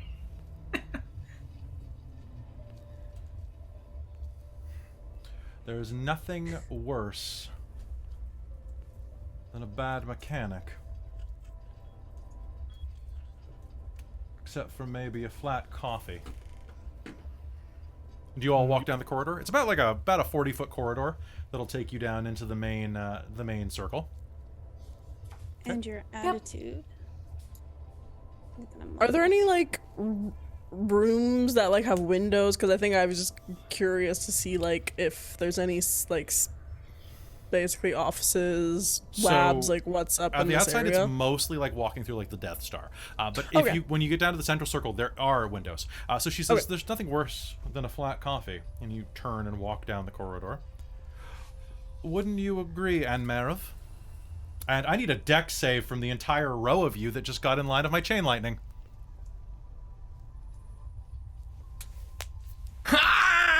Dex save of I need dex saves from all 9. 5 of you. Perfect. 17. And Ooh, I okay. believe it's time for... Or to 20. Whoops. All right. So it then as many as 3 other targets, which must be within 30 feet of the first target. I need to know. Yep. So I actually can hit 4 additional targets. 1 sec. Which must be 3 other. Yeah, I can hit all of you with this. Oh, it's so good. All right. So your DC for this is what'd you get? Now, you all have determination, don't forget. Yep. We just probably 17. I We're didn't all need popped it. in the chat. Yeah. Oh, nice. Okay. So, Anne-Marev, you are the first one. You were the only one who did not succeed. So, that means, just give me 1 sec while I roll this. So, that is going to be 1, 2, 3, 4, 5, 6, 7, 8, 9, 10. Okay. So, question. I have this shield that says protect me from magic. All right. So, you have Since she addressed me specifically, would I have been able to whip that out? Yes, you would have. We'll say that it was in a cardboard box. Cool. With a little handle cut out. That means that you have advantage on your save. Let me just double check. Was that the spell turning shield? You just said all it says on it is protect me from magic. And it's magical. Because I do tune it. So... Reflecting shield? No. Did I say what book that was from? No.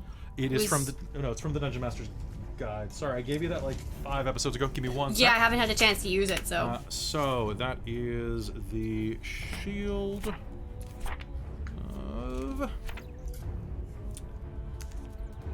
Missile Attraction. No. Oh god. Sentinel Shield. No. It is Then it was a. Spellguard Shield. While holding the shield, you have advantage on saving throws against spells and other magical effects, and spell attacks have disadvantage against you. So in that case, I can re-roll this. And You may try. re-roll that, yes. Oh no! That's even worse!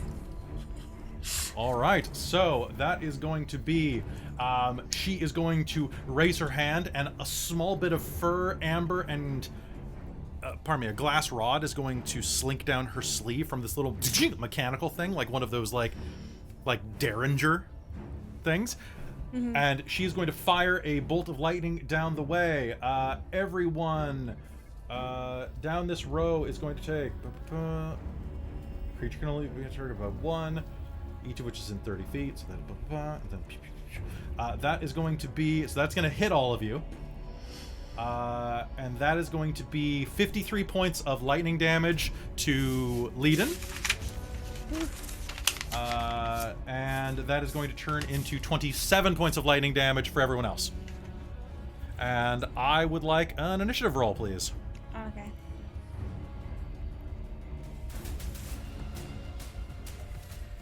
Natural 20 on that initiative. Yeah, it's a level 6 spell. Damn. Okay. That is going to be boop. Okay, and roll for the backup. Perfect. Okay. Okay, so the 24 is Ivy's initiative, right? Yes, Okay. it is. Okay, so Ivy, Talfrin, then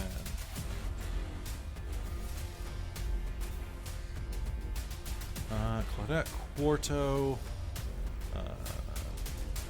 Very, then it is backup. Oh my god, your hammer's gonna come in handy! Okay, oh, and...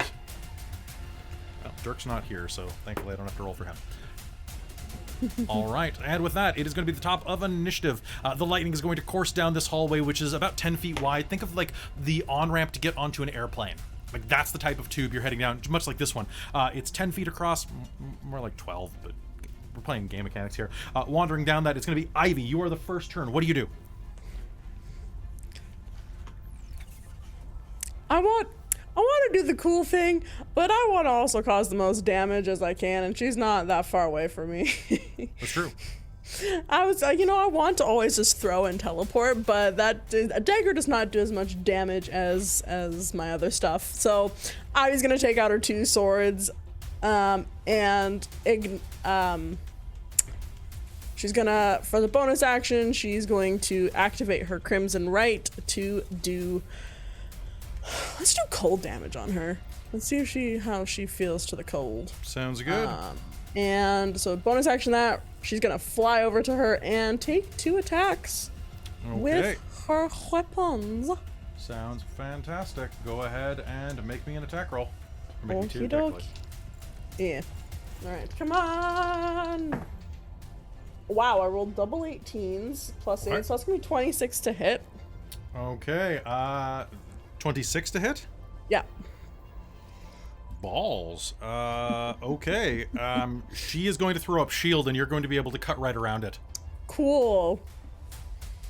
Alright, so that's, Because she would have thrown up shield the second that you got in range, basically. Yep. Alright. D8s, D6s. Do you need me to split up damage for you, sir? I do not. Okay, awesome. Oh, I rolled pretty good on damage. So that's going to be... Okay, that was my reaction. Well, I can use my legendary. That's fine.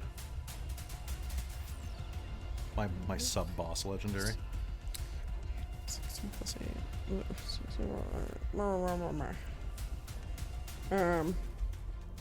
16 plus 8, my brain, 24. 4, thank you. Don't know why that... All right, so you're going to lunge forward, plunging the 20 feet between you past your friends. Your blade crackles with ice as you slash your blood onto it. Yeah, so I think it's going to basically, like... She's going to... Oh, I have to roll for my crimson, right? Oh, 1 point. Nice. I love that when that happens. So I think for the cold, I think it's the blood kind of hits the blade. Her sword is just gonna like, the blood is gonna hit it and kind of like start crackling and like freezing as like red blood uncover her blade in icy red blood. Nice. I like that the chat is asking me whether or not the Imperial Mages on patrol here get lair actions. It's almost like they do. Thank you. You called it. All right, so you're going to be able to slash into her. She's going to dodge backwards. Her robe's tattered in the front from where you buried your blade in. The blood that spills off the cuts in her chest already beginning to crystallize over with the frost. And I need you to make me a dex save. Okay. Ooh, that's not great. That's going to be an 18. I'm going to spend determination to make that 22. Okay, so you are going to take half damage from this. As she uses her legendary action to use Rebuking Blow. Basically, a pulse of force is going to strike out at you, and you're going to take 6 points of force damage. Oh, okay. As you're slammed into a wall. That's honestly, that's not terrible. Okay, so that is going to be the end of that. One moment, please. I just have to grab something. And it is... I have so many books out tonight. Sorry, guys. Where is... Okay, so...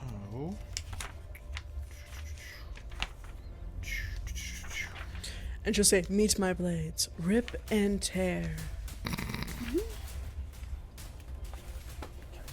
gonna look at it faster that way. 'Cause I'm pretty sure I put the book back on the shelf.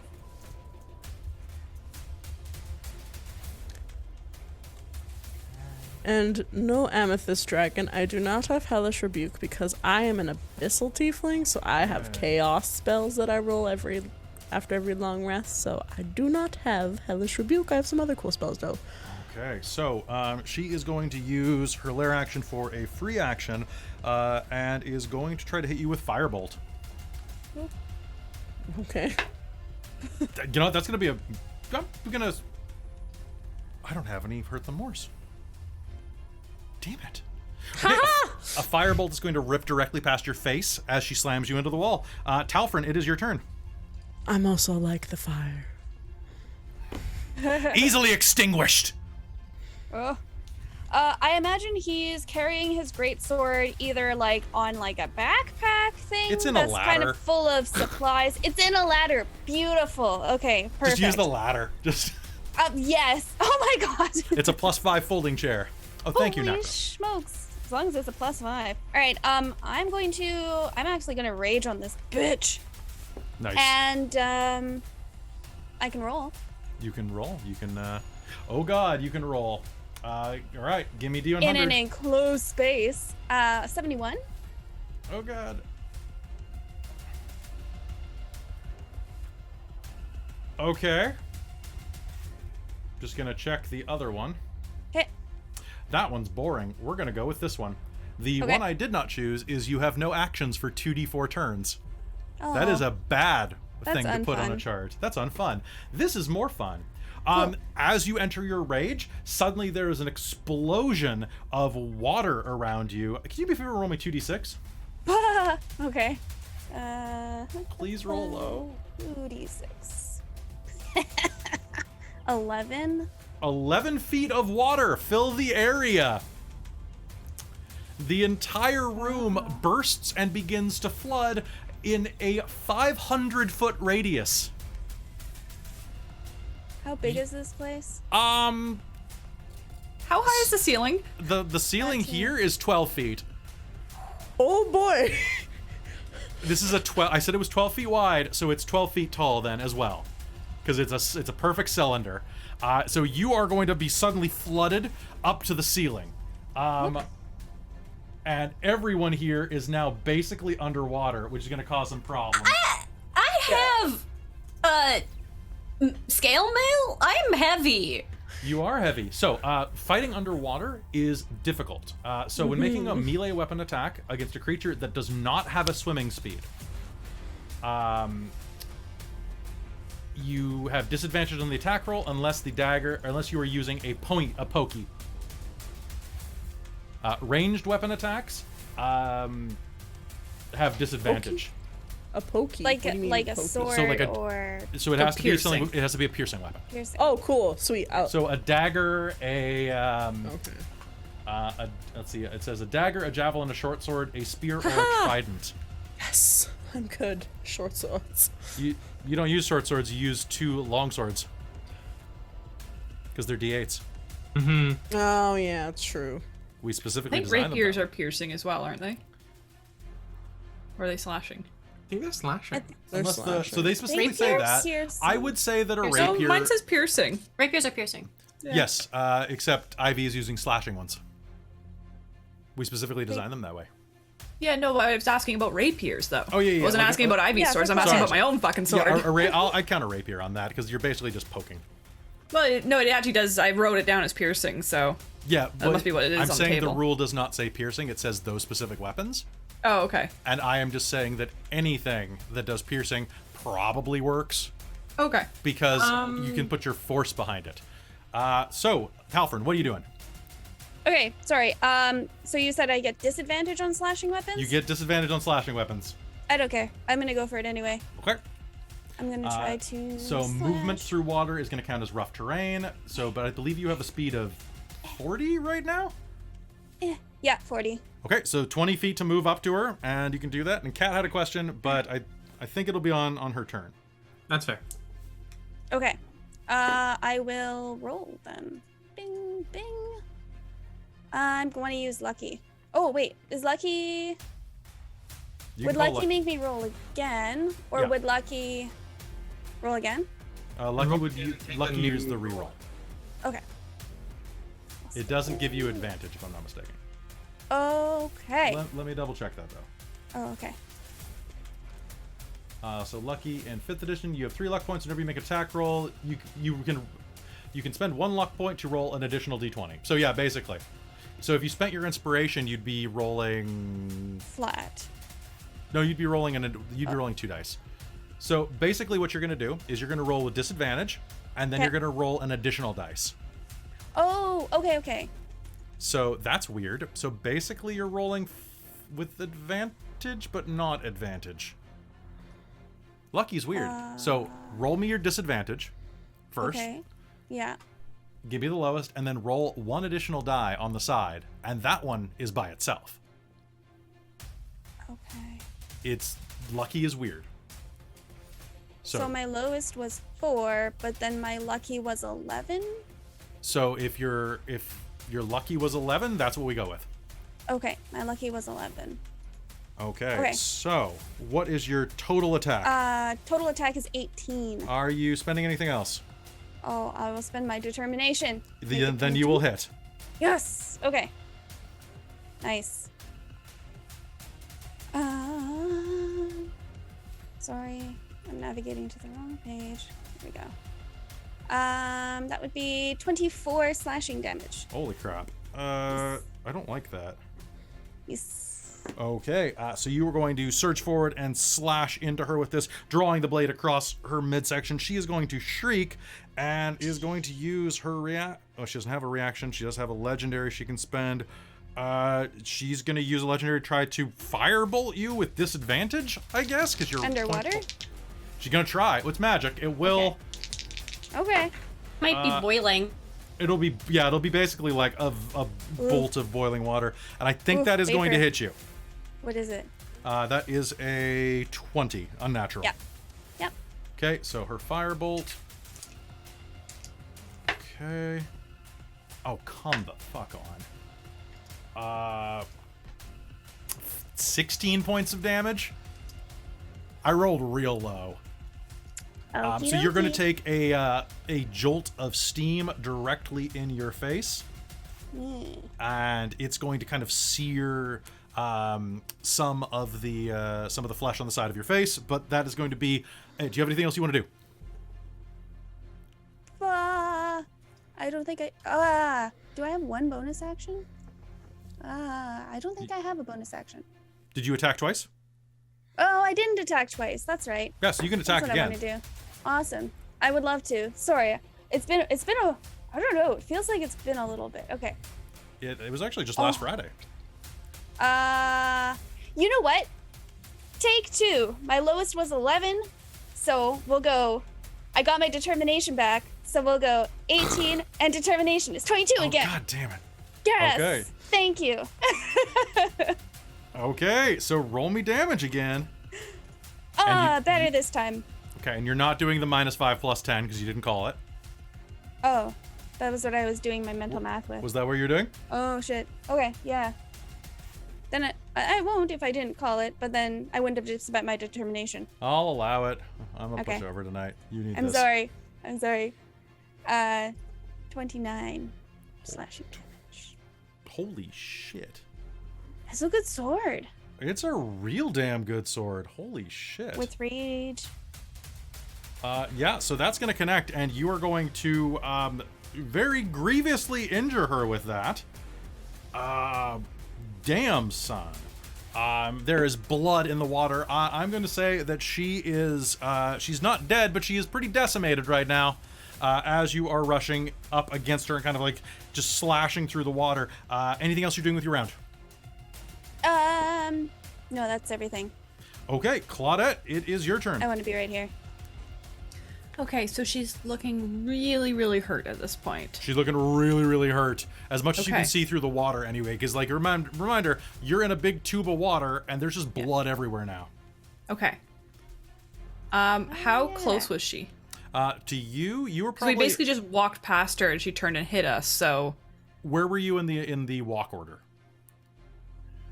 I don't know that we'd really determined that, but probably So, middle-end-ish. Middle? So you are 20 feet away. Okay. And it's double movement to move through water. Yeah. Okay, I can do it.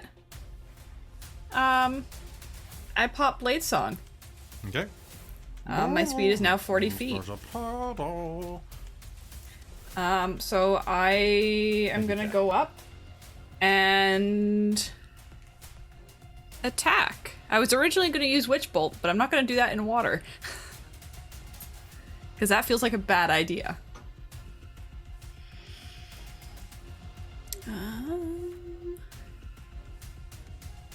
So I think I'm going... So I have a 2 attack, Yes. and I can switch a cantrip in for one of those attacks. Yes, you can. So while I'm distanced, I'm going to use the cantrip Okay. and then my rapier. Okay, you have disadvantage on your cantrip roll. Oh. Ranged Why? attacks through water. Oh. Shit, okay. I Well, mentioned never it mind, earlier. then I'll just hit it with my rapier twice. That's honestly probably a good idea. I figured it wasn't really a projectile, it was just... What is it? Well, I mean, something like Chill Touch, right? Like, It's a ranged spell attack still. it still counts as that, Yeah. yeah. I don't Because know. you still have to aim it, and the water distorts. Okay. Well, I will just go up and physically attack her then. And I am thumbing on my magic cartridge from my dad. All right, sounds good. Oh, actually, I misread one rule, Talfrin. So actually only take 8 fire damage. You're resistant to fire while underwater. Oh, okay. So you're resistant. You're not immune to fire. But you were right. So you do take less damage. So it's only 8, not 16. All right, and Claudette, you activate your father's cartridge. Yep. Balls. Okay. And that adds to attack as well, right? Yep. Plus something else. Okay. So it's +3 to attack, because it's a +3/+3, right? Hold on, I gotta do something real quick because I can. So you're gonna pop that? Mm-hmm. Okay, you're gonna hear something.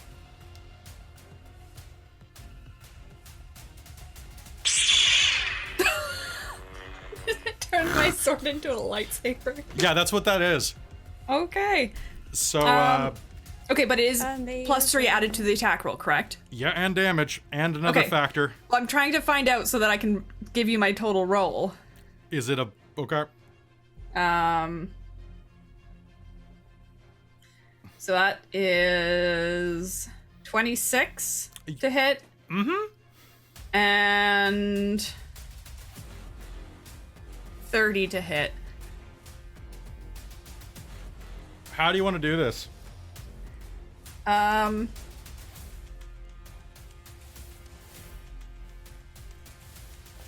Well, I'm thinking I'm poking her pretty good, so I think it's gonna be like torso shots, because that's the most reliable to stab into.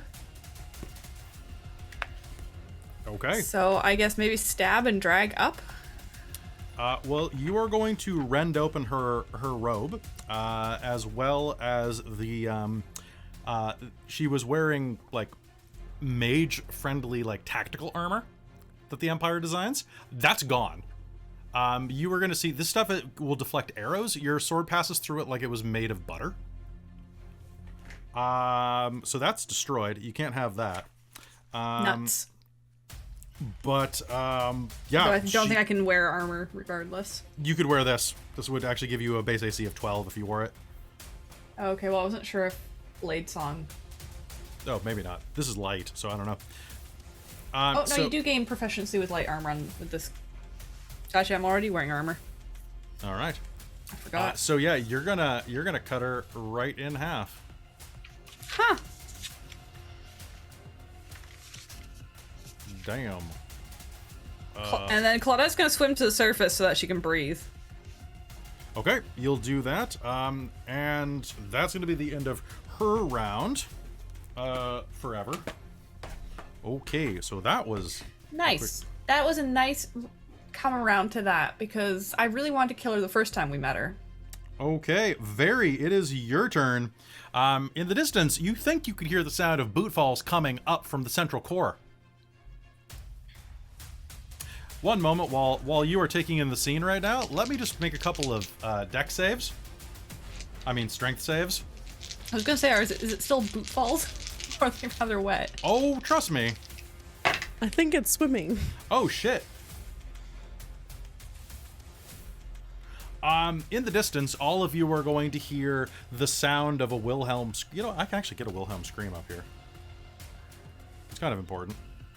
That's true. 1 second, please. Okay, and then we go to custom. We go to custom. Where's custom?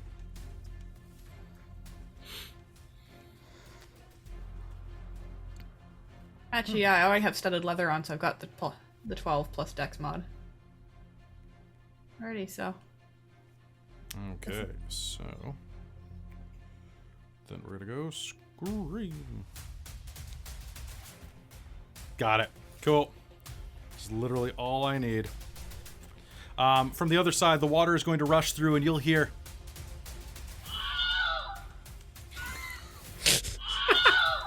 As a pair of people get pushed down to the center corridor as this water floods into the central core chamber and pushes them directly into the Crucible beam and over the edge because it's an open area.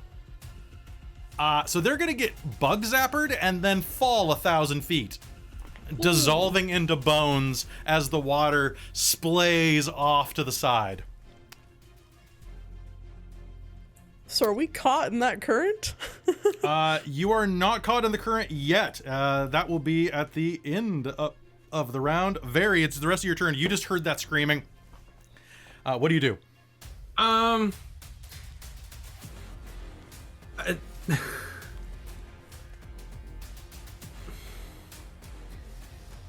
Is there anything? What am I doing? I don't know. You're floating in the water. You're like, bloop.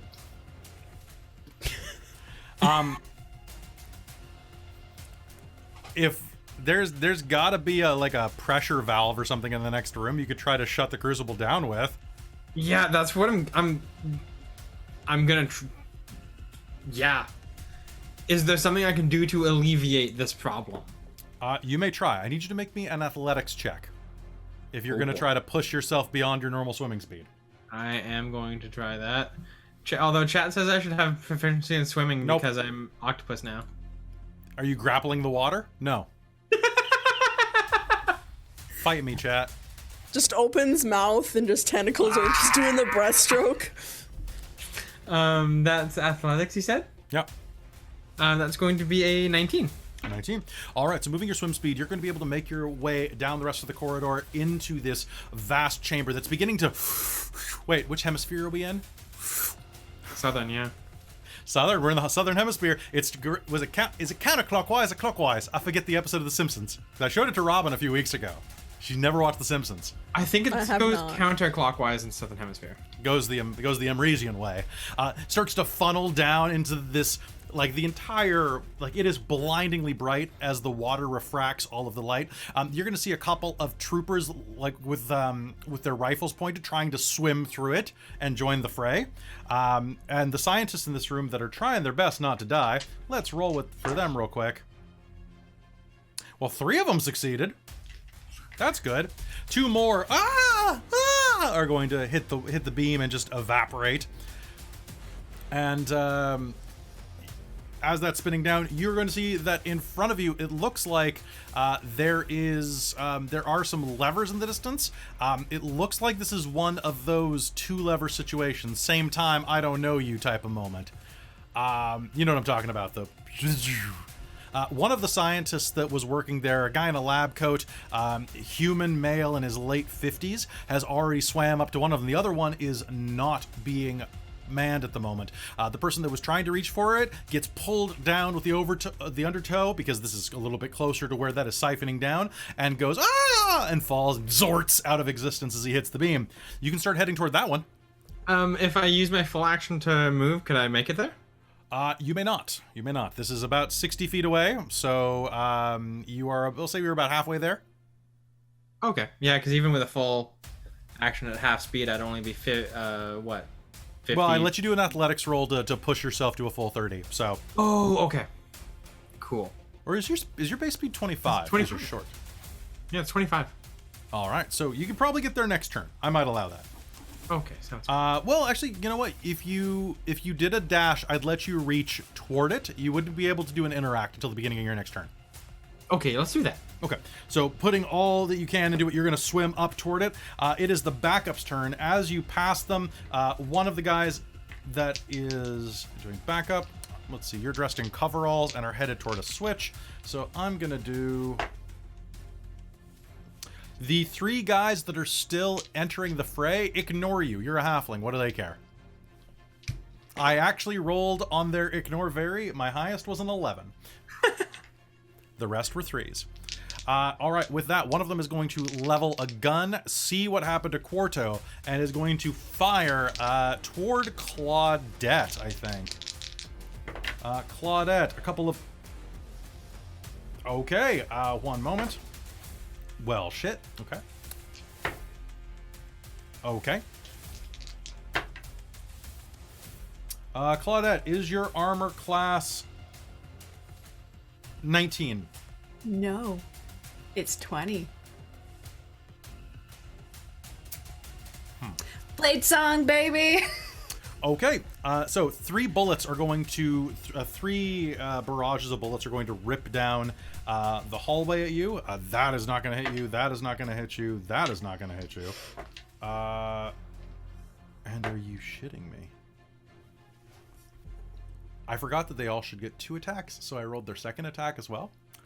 And I should preserve the continuity of rolls, right? So if I rolled first for guy A, the first time I re-rolled should be for guy A, right? Probably. Okay, I literally did this. So oh, actually, I got to do this for the guy. I mean, what would be funnier? Here's what happens. They all are swimming toward you. They take a moment to aim and start firing at you. As they do, the first one is going to, his gun is going to fill with water from the force of this, and is going to detonate in his hand as the chamber breaches, because I botched. And he immediately failed with a 2, his athletics roll, or pardon me, his strength save, to not be sucked out out the hole. So he goes, "Ah! Ah!" The next guy did the same thing. I got 2 botches. And a 5 on his strength save. So 2 more people get sucked out the hole. So backup is done. Leiden, it's your turn. What's left? At the end of this round, a strength save from everybody.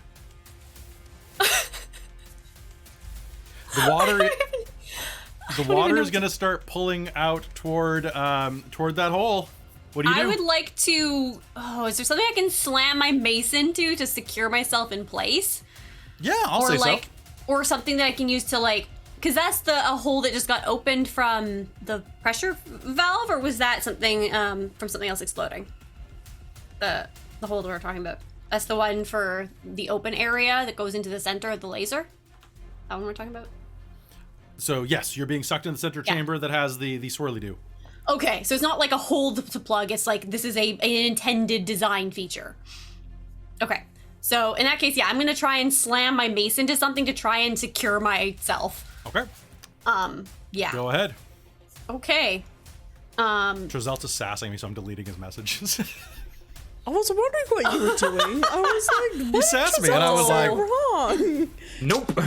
You just delete us. You just delete us. At least he's laughing about it. Good, Yeah. he better be. So what would this be? Is this an athletics? Strength athletics? I wouldn't do it if I didn't like you. Unless I really didn't like you. Then I just ban you, but it's you. Okay. Yeah, so this is a strength athletics to secure myself, or am I attack rolling the floor? Grapple the floor. You know what? You do you. You do you. You Okay. do. Oh, hello, Big Raid. Rain City Raid. Realms. Good to see you, folks. I'm going to describe what is happening. They are in a giant Space Needle, like, Magitech arena. Oh, thank goodness. Okay. And Talfrin's down there beneath me is a wild barbarian who accidentally summoned a tidal wave of water inside an enclosed structure that has a sky beam funneled into it. So they basically turned the entire thing into a giant toilet, and people are being flushed out. And my giant encounter just got flushed. All part of the plan. All and part I of the attacked the plan. floor for 27 to Okay, successfully smash into the ground, I guess. You El Kabong your mace into the side and go. You want damage? I have no idea how much. No, I'm going to say that your damage was lodging it. Okay. So you. Good. It is the end of the round unless you have something else you want to do. I don't think so. I have nothing for this particular sequence of events. Can you heal yourself there, girl? You took a I shit ton can. of damage. That's true. But I did that as my full action, not my bonus action, so. You could healing word yourself. I do not have that active, I don't think. Oh. I do not have that currently selected. I'll let you make me. I'll make an offer. Do you want it? Healing word's not that good, though. Okay. Yeah, fine. it's fine. I can just, know what? I'm gonna use my healing hands. I'm gonna slap myself on the shoulder and be like, please don't let me die here. Mumble, mumble, blah, blah, blah, blah, in the bubble underwater. Mostly mental. Speech bubbles come out. And I will recover 9 hit points. Nice. All right. So, yeah, that happened. Okay, so that's the end of that round. I need everyone here to make me a strength save. Amy, you will have advantage for leading. Oh boy, here we go. Here we go. Oh boy. 17. 17. Okay, that's enough to not get flushed. Okay, that's 16. I'm spending my determination to get 17. Okay, Wait, 3? you're fine, and you had advantage on that, Talfrin, because you're very angry. I'm so angry. I did not get better. You did not get better. You're the best. It's okay. Thank you. Okay. And what did Claudette get? 16. Okay, you just met it. Whew. Because I don't add anything to that. All right, so everybody succeeded from the looks of it, so none of y'all got flushed this round. I'm trying to find the interior of the Space Needle to throw up as a background, and I can't find a free copy of it. Oh, Darn. that may be hard. There'd be no resurrecting from that death. Ugh. Well, there'd be no body. You'd get No obliterated. pieces. Yeah. Yep, just zorp. Zort. All right. Oh, hey, So by the way, hi. that is going to be top of the initiative. Ivy, you are up again. So I'm going to say that if you are moving down the hallway toward the funnel, your speed is going to be... You know what? I allowed it for vary. So if you make an athletics roll, you'll be able to stay in control, and your speed will be doubled. Because you're going with the flow. And the lever is 60 feet away. Lever 60 feet away. Vary is grabbing onto it right now. You know what? Ivy's gonna... I'm gonna get towards the lever and prepare to, like, potentially, like, grab Help? my sword. Like, either help or, like, put my sword into the ground and then grab onto the back of Vary, just in Okay. case things don't go well. So I would like to do that athletics check and then see if I can do that with Sounds my good. Make me an action. athletics check. And here comes the botch. Yeet the very into Oh, the geez. beam. Oh, I am so happy. That was almost a 3. But that's going to be a 19. 19. All right, so you're going to rush over, swimming over to Vary. The two of you are going to be there. I'm going to do an interrupt action as you reach there. You and Vary, would you like to pull up on the lever, Vary? Yeah, I'm gonna pull the lever. I would like both of you to make me a strength check Coming right up. because this lever is stuck. That's going to be a... Natural 20. I was gonna say I got an 18, but Nice. Well, you're pulling together. yeah. So you're basically like the way I'm picturing this is Ivy swims up and Vary's like kind of in the middle. Vary's like this tiny little halfling, and Ivy kind of like wraps her arms around, kind of like they're making like pottery. I'm gonna ghost. Yeah, Very you're gonna ghost, high. and you're gonna stoosh. The lever slams up, and you're here, but more like, and the beam is going to start like flickering a bit. Does that shut off the actual beam or just close the door? And Let's Ivy would find still out. like to try and attack the floor if I can with my, like, reaction or boat leg attack. So you're going to see the giant center beam is going to go and is going to stop pulsing. And you're going to watch it back the 1,000 feet down into the ground. And you're going to try to grab onto the ground. I'm gonna try and, like, stab my sword into the ground Okay. like Leiden did to try and, like, stabilize us Okay, both. make me an attack roll, please. Okay. Geez, I'm gonna keep this dice 2 nat 20s in a row. Holy Hello, shit. Windorm dice. So that's gonna be a 28 to attack the floor. Nice. Okay. You've got that. Talfrin, it's your turn.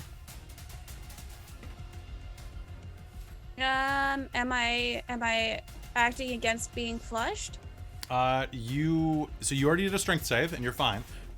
So there's one guy that still has like a rifle and is like aiming it down the corridor at you and Claudette. Oh, no, Ivy fuck swam that past guy. him. You can reach him immediately if you want. Absolutely. I'm gonna stab at him. Great sword master. Yep. There we go. Why didn't I use the Kraken Priest? This would have been perfect timing for the Kraken Priest. Oh, sorry, that was Very bad. is the Yes. Kraken Priest now. Very, Very why much didn't you so. use your tentacles to grab onto the lever and pull it? Oh yeah. Because the party doesn't know that she has them yet, and that needs to be a great surprise. It's a new feature. You haven't That- remembered it's that there wo- yet. Yeah. I need to have a scene where you meet a lovely lady and take her back home. Oh yeah. Okay, so I rolled an 18 and a 15, so that's 25 and 22. Because I'm raging. Oh wait, that's not because I'm raging. those are It's hits. something else. It's because of the sword. Like what's Th- tho- happening? Yes, Those are hits. those are hits. Perfect. Remind me what your sword does. I don't remember. I was trying to look it up, but I couldn't. Do you remember what it's called? Dantiel's Oh, sword? that thing. Great sword? Yep. That's got its I think own it's just a 3-3. Oh, never mind. It's got something else, but keep going. So Just roll me kidding. damage. Okay.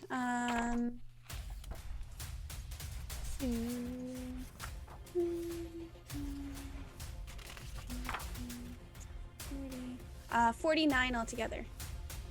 Oh, that's right. It just gives you a higher strength bonus. That's right. Yeah, right. That was lowers it. your That's ends. why. That's right. Okay. That's why I'm so unintelligent and why I have such strength.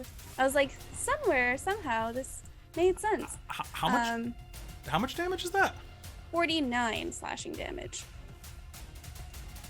I actually didn't roll very well. How do you want to do this? Dude had basically 49 hit points. Nice. Essentially want to just do a running charge at him and just slash across the midsection. Nice. Eh, Okay, so I guess twice. yeah, 2 parts of him are gonna go over the edge and fall down the 1,000 feet to the ground.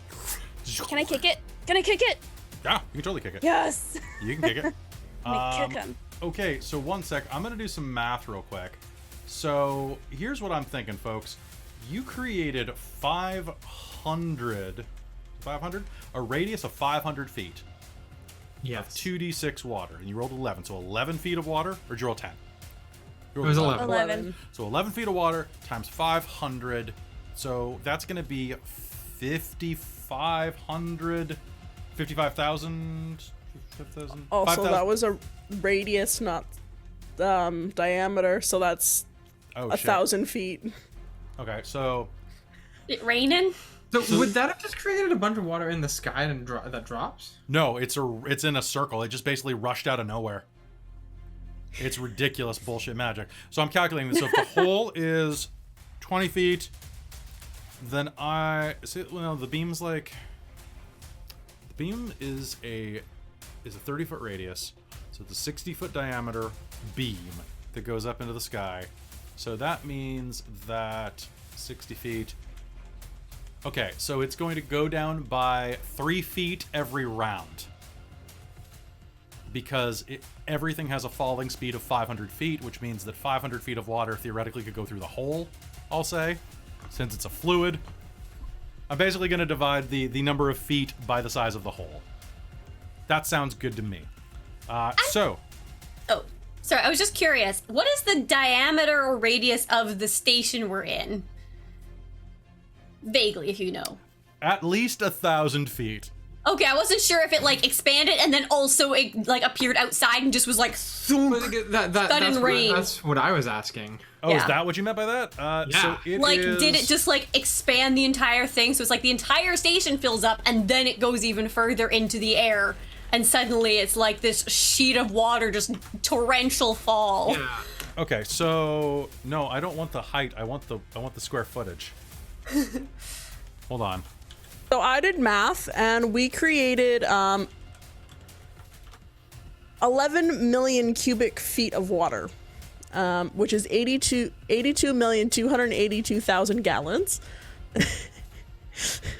of And water. a chunk of that has just dropped straight into the Crucible, as I'm understanding it. Yeah, it's Yeah. gonna spread a bit as it falls, and I Yeah. will say that the beam probably obliterated a decent amount of the water just from That's true. force. It's gonna mist. So 11 million. I'm just checking that if the center ring of this is the size of the Space Needle, the Space Needle has a square footage of. Give me the square.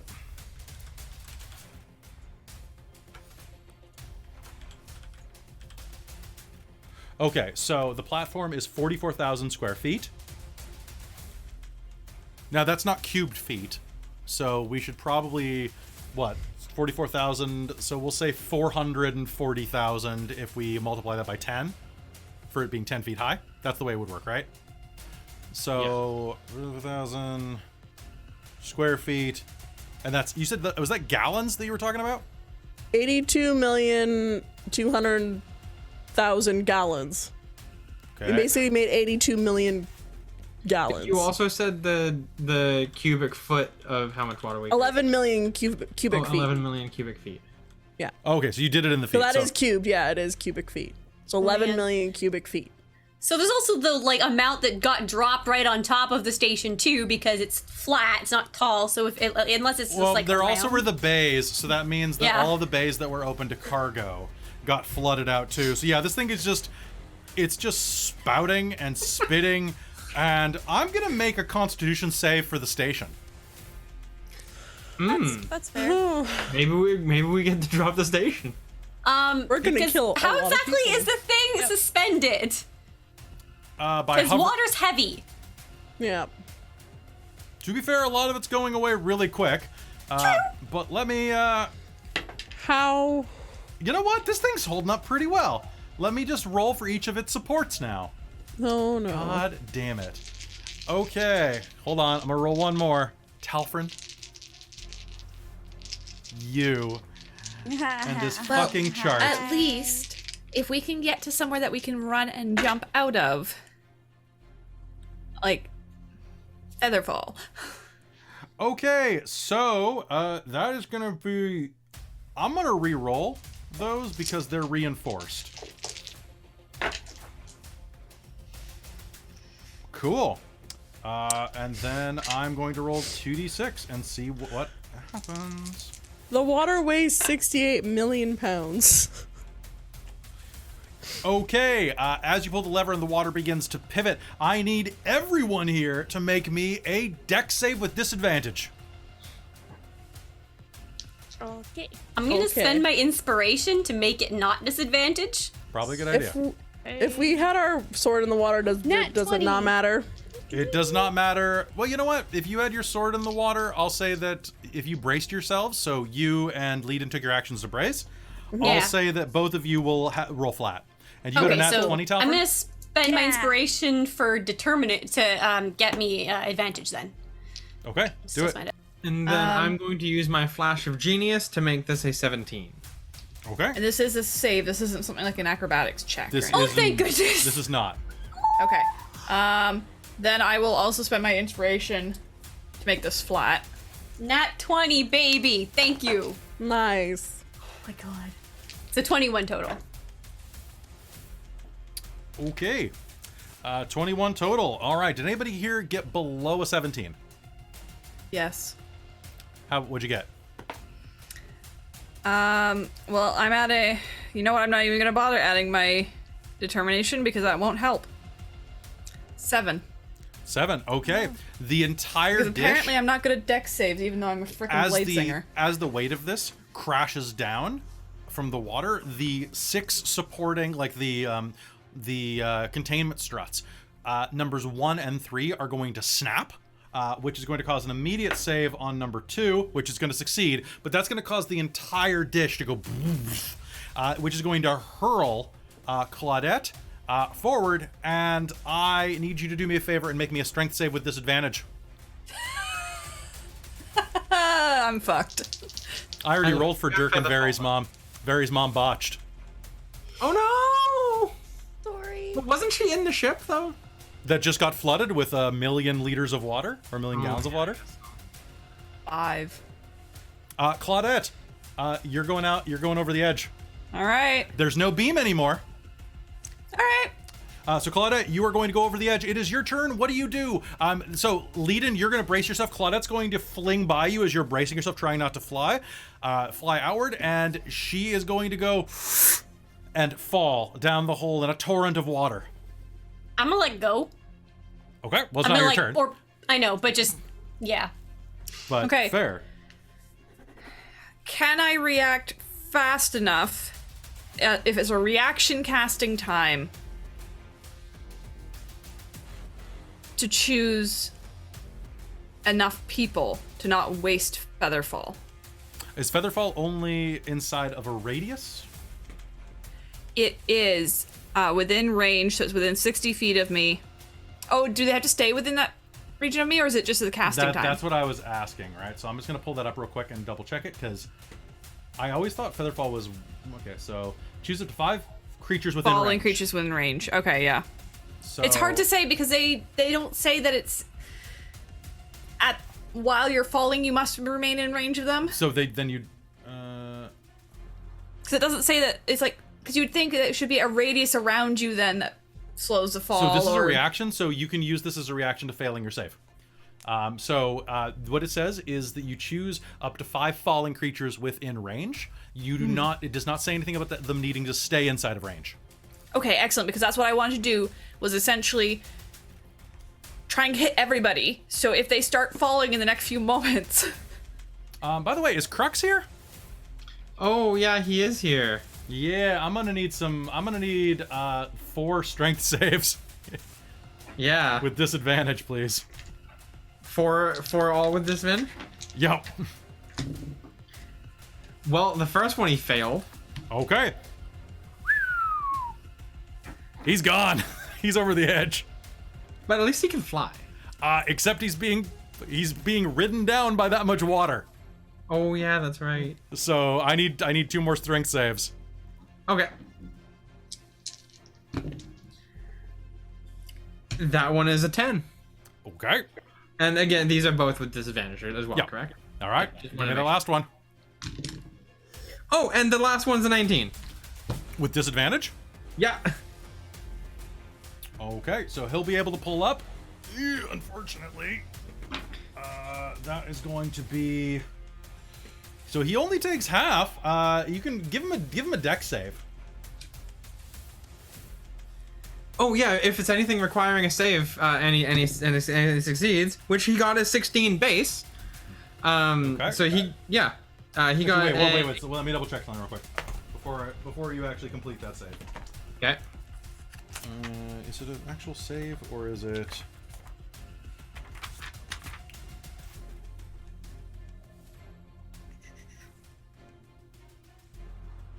Oh, never mind. There's not. Wait, hold on. There's a flying. Wait, what's that? Flying creatures and falling. When a flying creature falls, if you like the flying creature to have a better chance of surviving a fall than a non-flying creature does, use this. Subtract the creature's current flying speed from the distance fell before calculating damage. Oh, that's how we do this. What's it? So its flying speed is 30? Yes. Okay, so here we go. 1, 2, 3, 4, 5, 6, 7, 8, 9, 10, 11, 12, 13, 14, 15, 16, 17.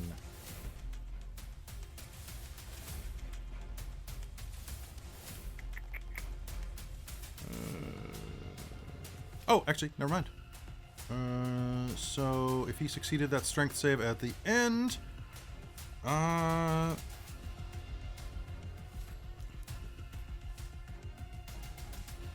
sorry, they didn't add this rule until Xanathar's, so I haven't quite read it yet. Okay. All right, so he'll actually be able to pull up at the very last second. It doesn't actually look like he takes damage. Yay! If he decides to go unprone. If not, then he gets splatted. If he just goes unprone? Yeah, because he gets knocked prone in the air. Oh, okay.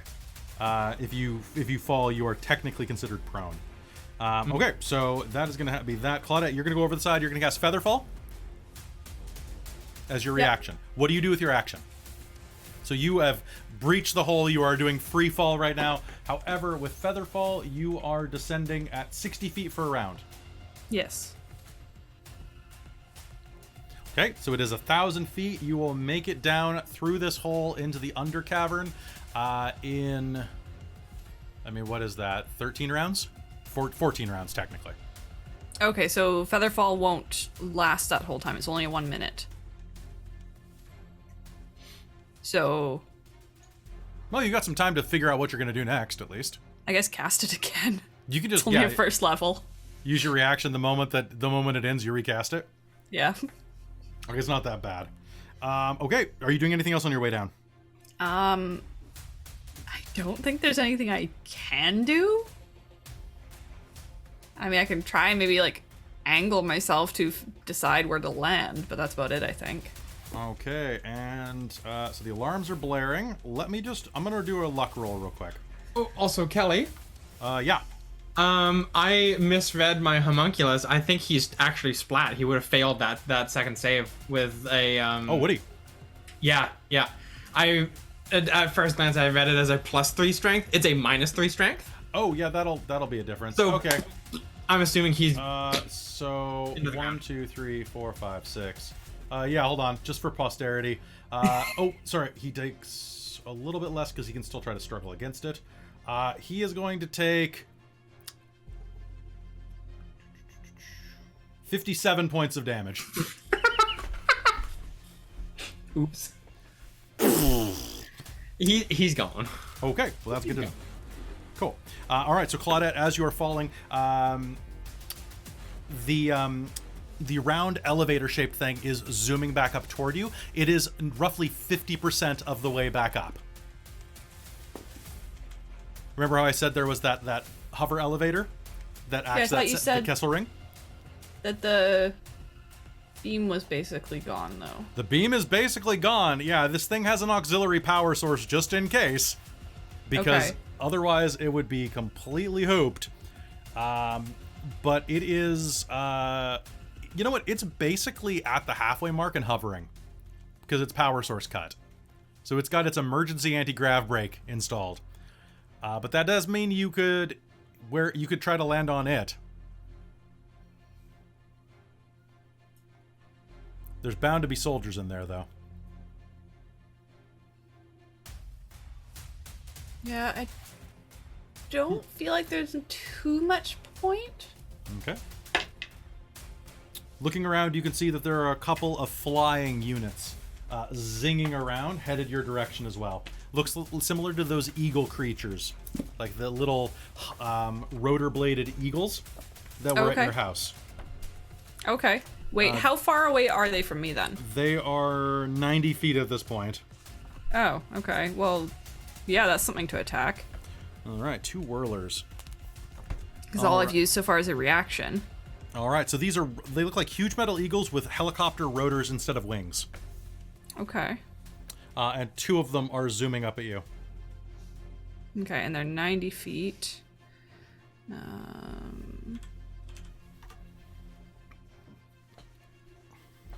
Just trying to see which of my spells reaches that far.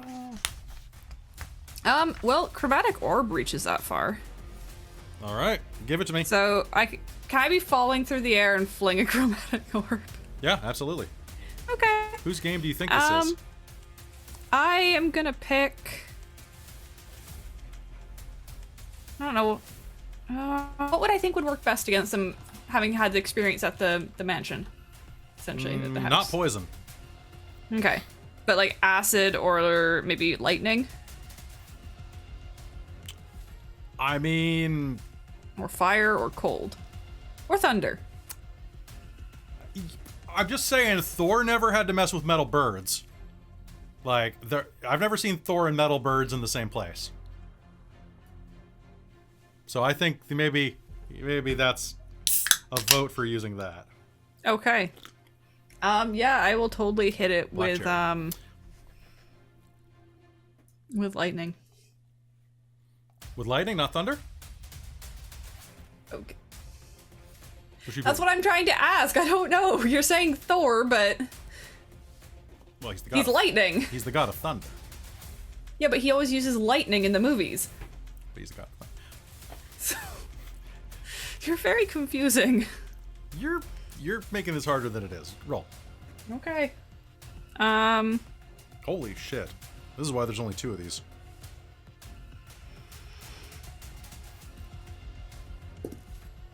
Holy shit, nat 20. Good, you're gonna need it. Alright. They're gonna act on the backup round.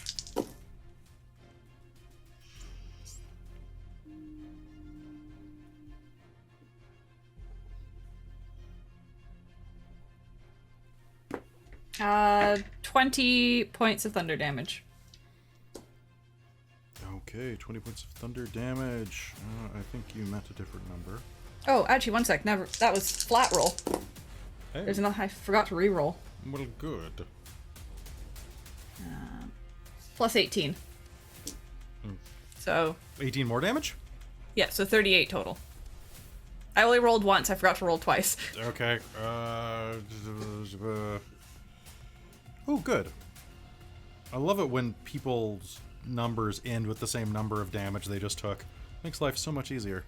Okay, so you are going to slam into it with a ball of force. with a ball of thunder, and it's going to go and knock it off to the side. This thing is, it can't be bloodied, but it's bloodied. It is starting to spark and swing around as it tries to target you. So that's I feel like Claudette's kind of like trying to like narrow the way so she's not spread out, falling Are you kind of that way. pushing well, you're wearing coveralls at this moment. I was gonna say, are you pushing your skirt down? No, she's wearing coveralls. Yeah, it's too bad. No, she's trying to like kind of present the smallest area of like to be hit by. All right. So as you're falling, that's going to be the end of your turn, unless you have anything else. I don't think I have anything else I can do. All right, Very's on deck, then the backup. Pardon me, Very's up, then the backup's on deck. And I'm still hanging on to this lever. You're hanging on to the lever. The water is still pushing out.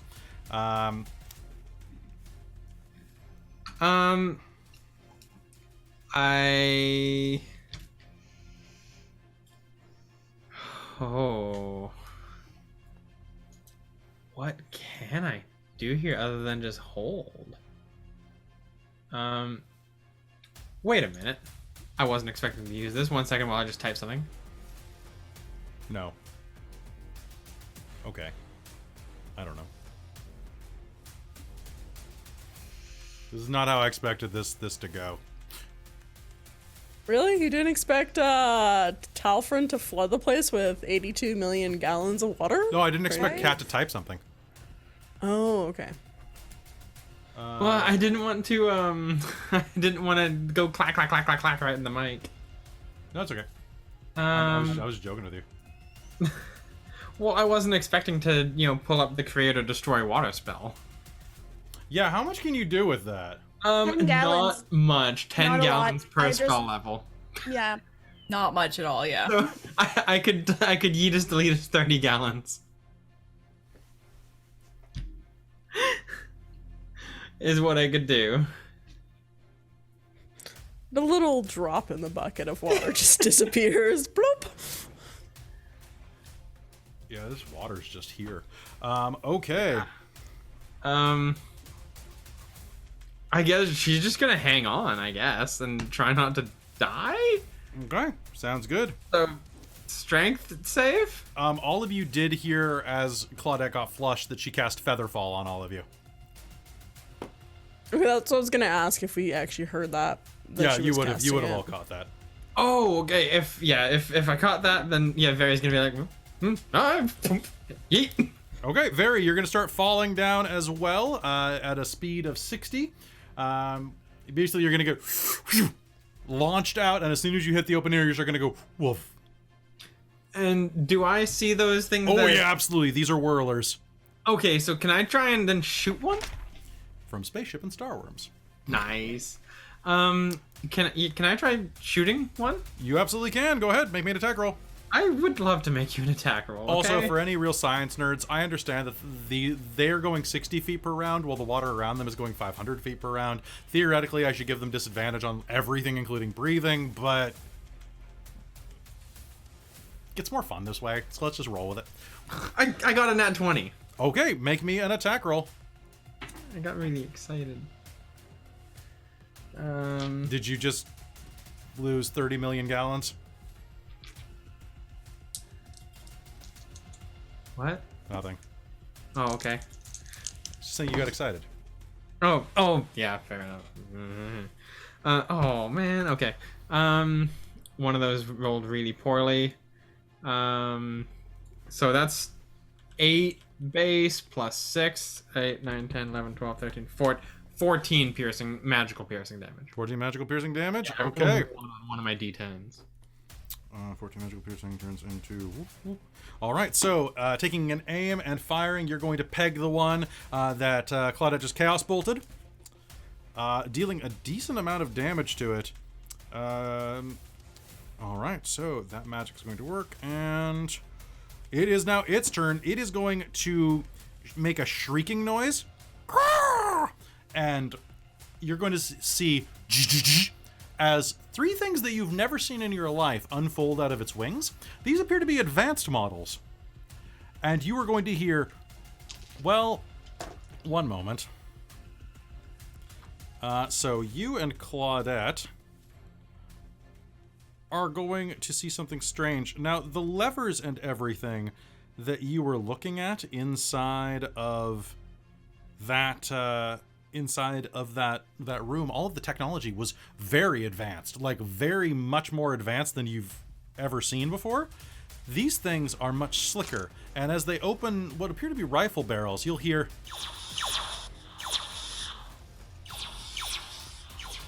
Alright, so I get 4 plasma rifle attacks. Claudette, you're going to be 2 of them. Actually, you're going to be 3 of them, Claudette, because you hurt me.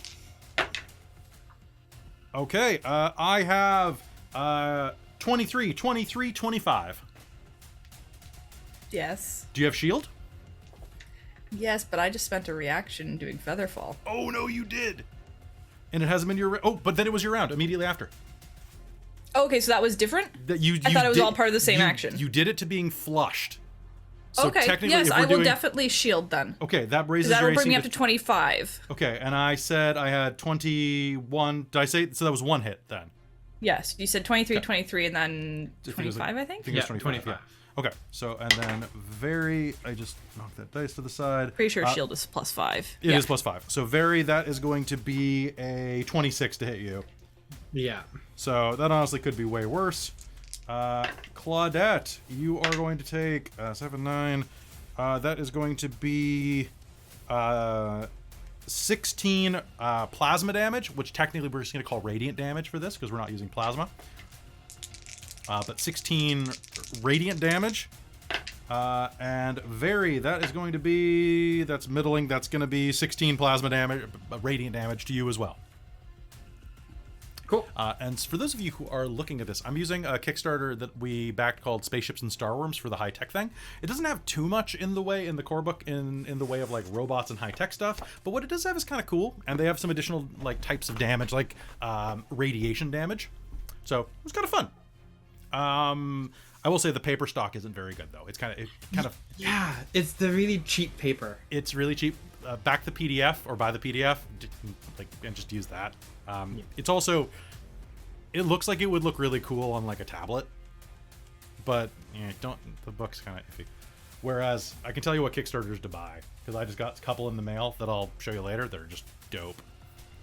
Historia and Kisarta were both amazing books, high paper quality.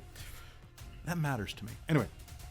Sorry, I just spilled water all over my laptop, so I had to quickly run up and... Was it 82 million gallons worth of water? Not quite, but my laptop sure looked like it to my laptop. Talfrin, why are you in Ivy's place? I know. It's Wi-Fi, seeping Talfrin. out of the stream and into reality. Just making everybody wet, Talfrin. So wet, Talfrin. yeah. So wet. Talfrin uses sploosh. It's hyper effective. I'm glad my laptop camera, like I'm not using as thing because my laptop is currently like on the other side of my desk right now. Flashback to the first night that Very and Talfrin met. There was was there sploosh? I don't think there was sploosh. I mean, there was kind of like halfling. All right. Very was hoping there would be. But then her friend got murdered. So Yes. then Kind it of ruins is the- Lead, and ruins it's the your mood. turn. You let go, so you're going to be pumped out the edge as well. Yeah, so you I are... say let go. Am I able to pull my mace out as a... You... Yeah? Okay. Well, you said you let go. I know, but it was not my turn, so it does... I don't know if that counts. I was going to let you let go as a reaction, so you left the mace up there. Damn it! Okay, fine. I let go. So that seems like a lead and thing to do. Yeah, it is probably. I was thinking she Alright. probably would have just like hoisted it, but honestly, she also would have let go and just yeeted out the All right, so you are flushed out the way. She is tactical flushing. Tactical herself. flushing. Good job. Yeah. And then as she gets out and would like to take in what is actually happening down there. So you're going to see 2 giant whirly birds that have... Oh, shit. There are 2 of them. Oh. I forgot there was a second one. I didn't roll for it. So, balls. You do that then. I will... technically, the second one rolled lower than you. So I'll say that it will act after you. Okay. Cool. So I'm gonna, launch myself out, and can I break out of the stream? Yeah. The water stream? Yeah. Do I need to do a strength check for that? Nope, not once you're free falling. I'm assuming that it's spigoting Okay, cool. from the pressure. Otherwise, you guys would just get like slammed into the ground even with featherfall. That's so like fair. Or you drown in the air. So like I'm gonna assume that it's not a beam of water. It's just Cool. it's just raining everywhere. Just So torrential we're not rain. doing Minecraft where you have to like poke your head out to breathe. Yeah. Yeah, no, we're not. Okay, We cool. could, but Because Minecraft, You're you not could also swim up it. So if we're doing Minecraft rules, got to do them all. Yeah, maybe not. can you punch a pig to get bacon in this world? That's Oh my god. Maybe if you mean- have like fiery punches with magic. I bet you Telfrin could. Honestly, With bare hands. enraging, probably. Yeah. That is Telfrin's rage mechanic. He punches something until it turns into food. Absolutely. Cooked food. Cooked food. The force of his hands are so powerful that it's just cooking it with kinetic Well, no, it force. doesn't even turn out to be cooked bacon in Minecraft. You gotta cook it. Oh, does it? Okay. Yeah, all right. no, so yeah. I don't play Leiden, I need Minecraft. to know what you're Yes. doing. Chop. Leiden is going to use her action when she's free falling to activate Radiant Soul for her wings to just suddenly go whoosh out behind her, Okay. misty-like and phantasmally, and her eyes start glowing. And she would like to start, like, fold those in and would like to drop herself on top of one of these flying bird things if she can. One of them is the one that was zooming toward Claudette is moving at a speed of 100 feet. So it actually would have been moving right past Claudette. Okay. So inside of your range. Am I able to land on it Sure. aggressively? Yeah, let's do it. I'm not. I mean, shifting, like, Let's do activating it. wings is an action. How many times so do I I have to feel say like. let's do it? Okay. I feel like this has been a conversation we've had before. If it is, I don't remember what the outcome was. I usually say do it because it's cool. Okay. In which case, how do I roll for this then? You make an What attack would you roll. like me to do? I will do an attack roll. Are you basically with- trying to slam down on it? Yeah, I'm basically trying to just like plummet, wings fold, like dive, wings fold back up behind to just, and then just like land with my feet, just go slam. Okay. So this would just be a straight strength, I guess. This will be a straight strength roll to attack it. Are you trying to grapple it? Not specifically, but Okay. I could. I was more focused on just having it plummet much more into the ground. Okay, sounds Okay. good. So to hit, if it's just strength, I'm not adding anything special to this other than my strength. You're Do I have proficient. proficiency? You're proficient in landing on something, I'll say. Okay, that's going to be a 24. Okay, that's a hit. What's your strength? My strength is 3 plus 3. You'd think it would have resistance to this, but it doesn't. Okay, so it's going to take 4 points of bludgeoning damage as you slam down on it. Cool. You're on top of it. Do you have any other actions? Do I have a bonus action that I do something cool with? That's a good question. I do not think so, unless. Oh no, that's an action. Nope. Nope, I do not have anything else. All right, sounds good. So you've landed on top of the one that was already damaged, which means that is the one that is not damaged. So that one is going to aim and fire 2 bolts at you. That is a 16 and a 17. Both miss. Okay. It is going to fire 2 bolts again, one at Very and one at Claudette. Claudette, that's a miss. And Very, that's an 18? That's a hit. Okay. Very, do me the honor, my friend, of taking very little damage. 7, 8 plus 15 radiant. As another blast from this is going to strafe by, and it's going to take a chunk of your ass off. I forgot something Yes. about with my wings. When I damage a target with an attack or a spell, extra radiant damage can be done to it once on each of my turns for equal Sure. to my level. So that's an extra 9 radiant. Okay. That will be... Okay, that's pretty solid then. Good job. Okay, so you're going to slam into it. It's going to start melting a little around where you slammed into it. as your holy light kind of bursts through it. Top of the round, and as we are doing that, can I get Ivy and Talfrin to make me a strength save? Yeah, I was gonna say Ivy's gonna try and wrench her sword out and just tactical flush on her turn, but would you rather me make the strength save right now? I'll let you use the strength save to wrench your sword out instead. Okay, cool. I would love to do that. Can I just fail? Then You can just go fail. with everyone If else? you were further down the, so you're right, basically like at the center there. If you wanted to grab Leighton's mace, which is like 5 feet from you, you can make me a strength check just to swim up and grab it. Oh, sure. Yeah, we'll do that. Just make me a strength check. You have advantage because you're angry. Nice. Does an 24. 11? An 11? Yeah. Do you have your inspiration still? No. Do you have your determination? No, I used my determination Someone to bought make it you an one back. 11. Yeah, so you No, got but I another used one it. bought. No, I was a 7. I had 0 to strength. I used my determination, but it was a 10 to wrench my own sword out. Is this your magic sword or your normal sword? It's my normal sword. Well, you have a normal sword and you have a magic dagger. If I'm not mistaken. I have a normal sword, the sword with the force charge on it, and then the magic dagger. Okay. Well, it would have been the force sword. Let's be honest. No, that's- yeah, no. that's what I you were know, it using would have earlier. been the force sword. Yeah. I'll make you an offer. Do you want it? Yeah. Okay. Yeah, you got it. You got it there. I have my Okay. offer now. Okay. Okay, so you're going to be wrenched out the side, and Cool. as you pull, you're going to go and fall down the hole. I'm going to use the offer immediately to do a full barrage of attacks against the invading person that's falling out of the hole. No, it's fine. Don't pay no attention to the people with the wings. Oh my gosh. Okay, so I'm going to reroll that because that's cocked. All right, 16, 17, Nope. 23. Okay, the 23 will hit. The other two don't. Cool, that's 2 23s. Okay, ouch. Okay, so I'm just gonna make life easy, and it's going to go ba-doo, ba-doo, ba-doo, and I have to roll a lot of d6s. 1 second. Oh no. I wanted to throw my dagger at the ship, but I'm gonna just die. No! Well, you're only gonna take 35 points of radiant damage. Okay, cool. I can still do what I want then. Awesome. 'Cause I have rolled 19 A HP. 1 and a 2. All right, so you're gonna see.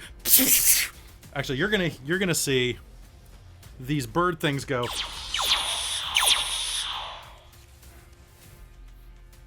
Okay. I like sound effects. I'm sorry. And so they're going how to strafe far you with 2 of away? these. So you're going to fall at a rate of 60 feet per round once you pivot out the hole. So what are Cool. you trying to do? I'm trying to get on top of the how far away are how are the two ships positioned? Are they like beside each other or opposite So they're sides of not the ships hole? so much as they're basically like right, kind of like swirling around 10 feet away from of the falling group. Okay. So you guys are kind of falling in a column, and they're kind of spinning around you, kind of just doing like point Okay, blank I shots. would like to try and aim for the one that is not leading. I was wondering either flying on top of it, or if I have to try and throw my dagger at it. Okay. If I can reach it within. Yeah, so you can attack the one that Lead's attacking. Go ahead and make me a ranged attack roll. I was trying to go for the one that Leadin is not on. The one that Lead is not on. Yeah, go ahead and make me a Yes, ranged attack roll. because she's kind of glowing and scary looking right now. But I was wondering, would I be able to range attack for me to with the dagger, or I'm trying to potentially just reach it to save an attack with my sword, if I can. Or are you saying I have to? Sorry, repeat this to me. What you're attempting. I would like to save my 2 sword attacks to the ship, but if I have to use one of my attacks to throw the dagger to reach it for my move action, because I'm not going to reach it, I will throw my dagger an extra 20 feet to teleport. To actually reach it, you'll have to throw your dagger. Okay, cool. So that's what I was asking. Cool. So I'll sorry make about, an sorry attack. about that. I was like trying to stay on top of this. No, it's fine. Because I haven't used my bonus action yet, so I can use my bonus action on 2 attacks. So that is cool. I'll see. So I'll use my dagger. Dagger. Ooh, that's gonna be a 26 to hit that with the dagger. Yeah, that'll hit. Cool. So D4. Cool. Really? And then I rolled like fucking ass on my 2 sword attacks. I'm guessing a 14 and a 15 probably don't hit the ship, right? Well, they're not ships, they're robots. Robots, sorry. I'm picturing them bigger whirly birds. I'm thinking helicopter is what I'm thinking when so you say whirly things. You will not hit them with those. Okay. But you will hit them with the initial attack. So that will roll me damage on the first one. Okay. And I rolled 4, so that's 8 points. New backgrounds for y'all. So let's switch to those. Okay. Since I was not expecting free fall. Yeah, I just realized a thing, but hopefully someone with wings can help me out. So yeah, I guess Ivy's on top of Okay, you're on top of this and yeah. you did how much damage total? 8 points, because it's a dagger. All right, so 8 points, and then you're going to try to, you know what I'm going to do? I'm going to be really nice, because you're on top of this thing, hacking down on it. Mm-hmm. That's technically the same as prone. Oh, okay. Would you like, so I'll give you those rolls again, so give me 2 more attack rolls. Okay, 2 more attack rolls, okay. Oh, wow, I rolled double 11, so that's going to be 19. That's going to be a hit. Cool. I'll say you hit with your second attack. Your first one was 2 whiffs, or was a whiff, and then you'll plunge in. So you and Leiden are basically each on one of its wing chassis. Yeah. And no, I've done a lot of actions. I probably couldn't flip on the switch for the force dagger. Yeah, it's a free action. Okay, cool. Flip on that for force. Okay. Do. Okay, so that's going to be. Oh, holy crap! I rolled really well. Damage. You have this? Oh, I'm scared for that reaction. All right, that's going to be 22 points of damage. Do you need me to break it up magically wise? What type of damage is this? It is cold Force, right? and force. Nope. Just give it to me. Okay, so 22. 22 total? Yeah.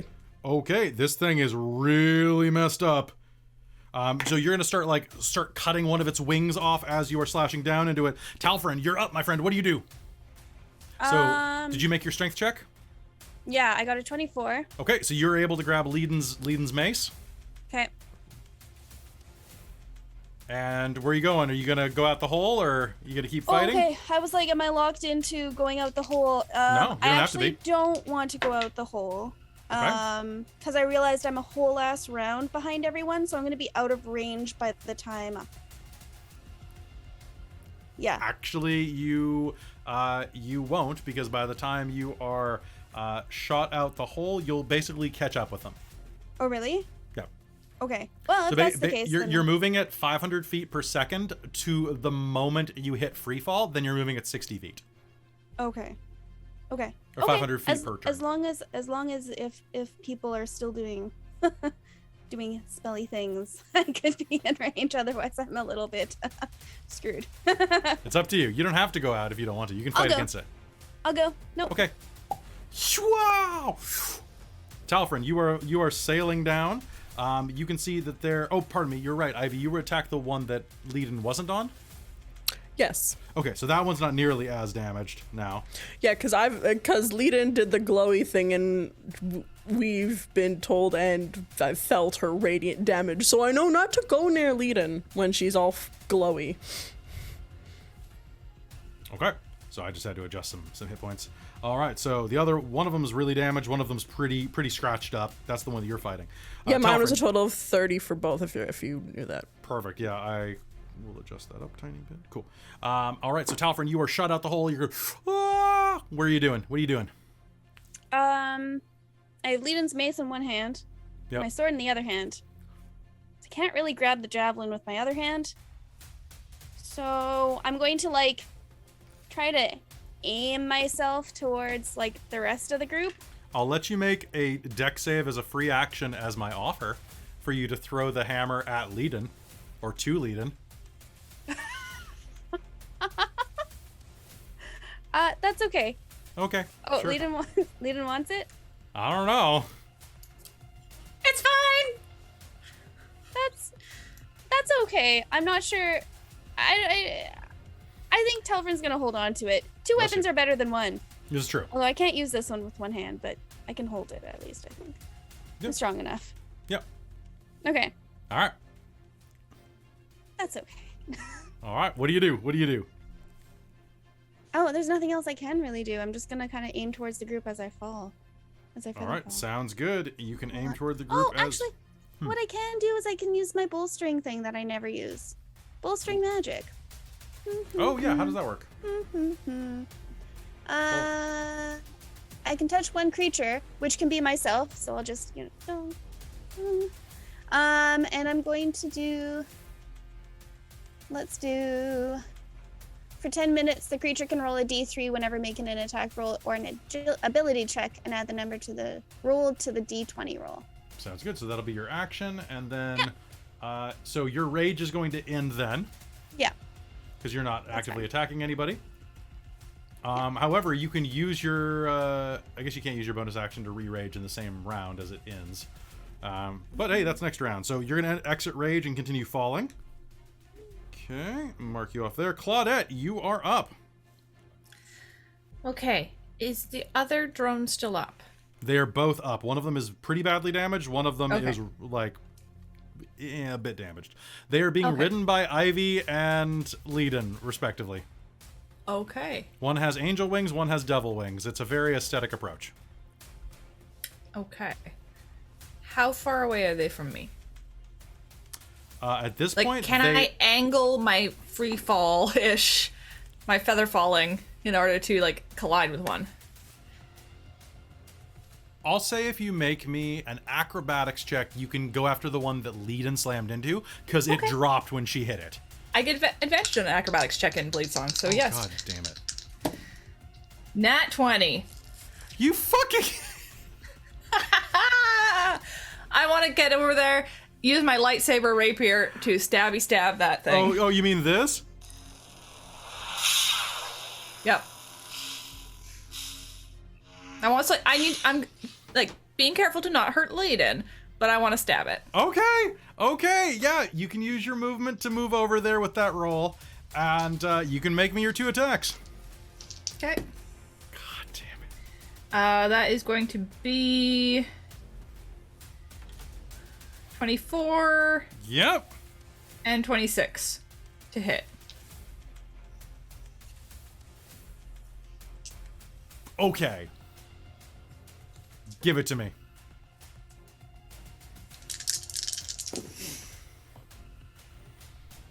Okay. So that is... Oh, shit. This is... 9 for the normal damage. Uh-huh. And then the bonus damage is 2d6. Uh-huh. Is... Which is technically... It's force damage, but it's technically plasma damage. So, 8. yeah. Okay. So that's the first attack. Okay. Second attack, I got 7 for the normal damage, so plus 3 is 10. Okay, just count all together. Just give me it all together. Okay, 17. I think. Wait, no, I add other stuff to it as well. 20. Mm-hmm. I forgot about my dex. What's the total damage? I've forgotten what the first one is. Okay, was anybody else paying attention? I was looking up a rule for these guys. So the second hit was 20 damage. Okay. First hit, I don't remember now. I think it was like 16. Okay, so... That's not the way math works, Kelly. That's how math works.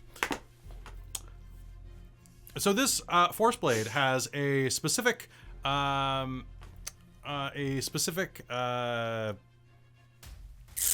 function that it does. It bypasses armor. So when attacking robots, I decided that they got a Constitution save to determine whether or not you hit anything important. that would shut them off. So when I roll a 1 and a 2,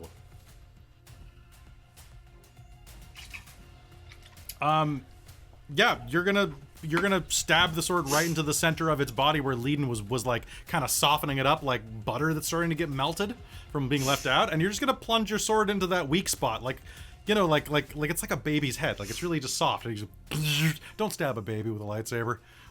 I just realized how that sounds. But only yeah, if you're Anakin. Oh my god. Oh yeah, Then you kill younglings. You can't if you're a master. Well, you can if you're a master, but not if you're on the council. Wait, no, the other way around. You can be on the council. You can't be a master. What about master debater?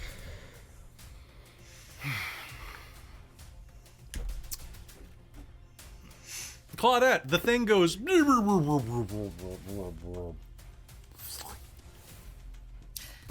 enters Okay. freefall. Yeah, and I guess can I try and like hold on to Leiden so we stay in roughly the same area? No, you Or- can grab, you Or can grab potentially slingshot her over towards the other one. I don't know. What seems like a better idea? I'm gonna say you can grab onto Leiden. Yeah, Leiden will allow you to grab onto her, no problem. All right. Okay, Very, it's your turn. Plummet. So we're in the Featherfall bubble, correct? Featherfall is just affecting you. Oh, it's just affecting me. Okay. Yep. So it's Okay. it's not inside of a bubble. Oh, okay. Perfect. Awesome. I'm gonna shoot the other one. Okay. Oh, I'm gonna make an attack roll.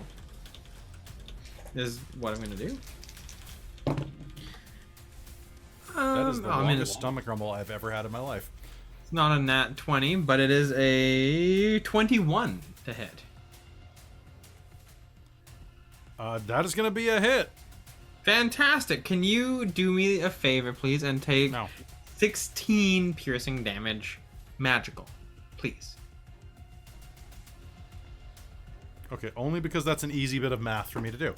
All right, so you're gonna aim fire in. It's gonna ping into its chassis right beneath Ivy's foot. Ivy, Very almost shot you in the foot. Hey, what the fuck?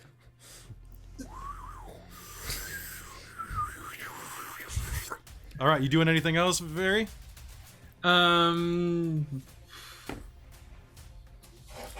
There's nothing else I can do.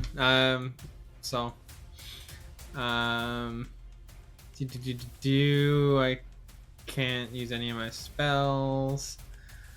No, that's it. I'm done. Okay, sounds good. Then we are down to its turn. It is going to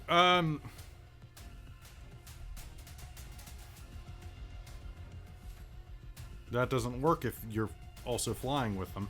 Okay, so it's just going to go and point up its guns directly at Ivy.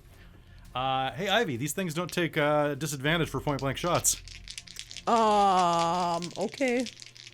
So that one's for Very. That's a hit for Very. And the other three are for Ivy. Oh no. 13, Nope. 21, Yep. 25. Oh boy. Let's see how these 19 hit points I have go there. Okay, here we go. That is going to be, well, you know what? Why don't I just do this accordingly? So it would have done Zort. So let's do the first one. That's going to be 17 base damage plus 7, so 24 with the first one. For me? Yeah. Yeah, okay. So it's going to aim its gun up and fire a shot into your hip, and you're just going to go out. Cool. So you are unconscious. It's going to fire one at Very. That is going to be a 19 points of radiant damage to Very. Oh yes.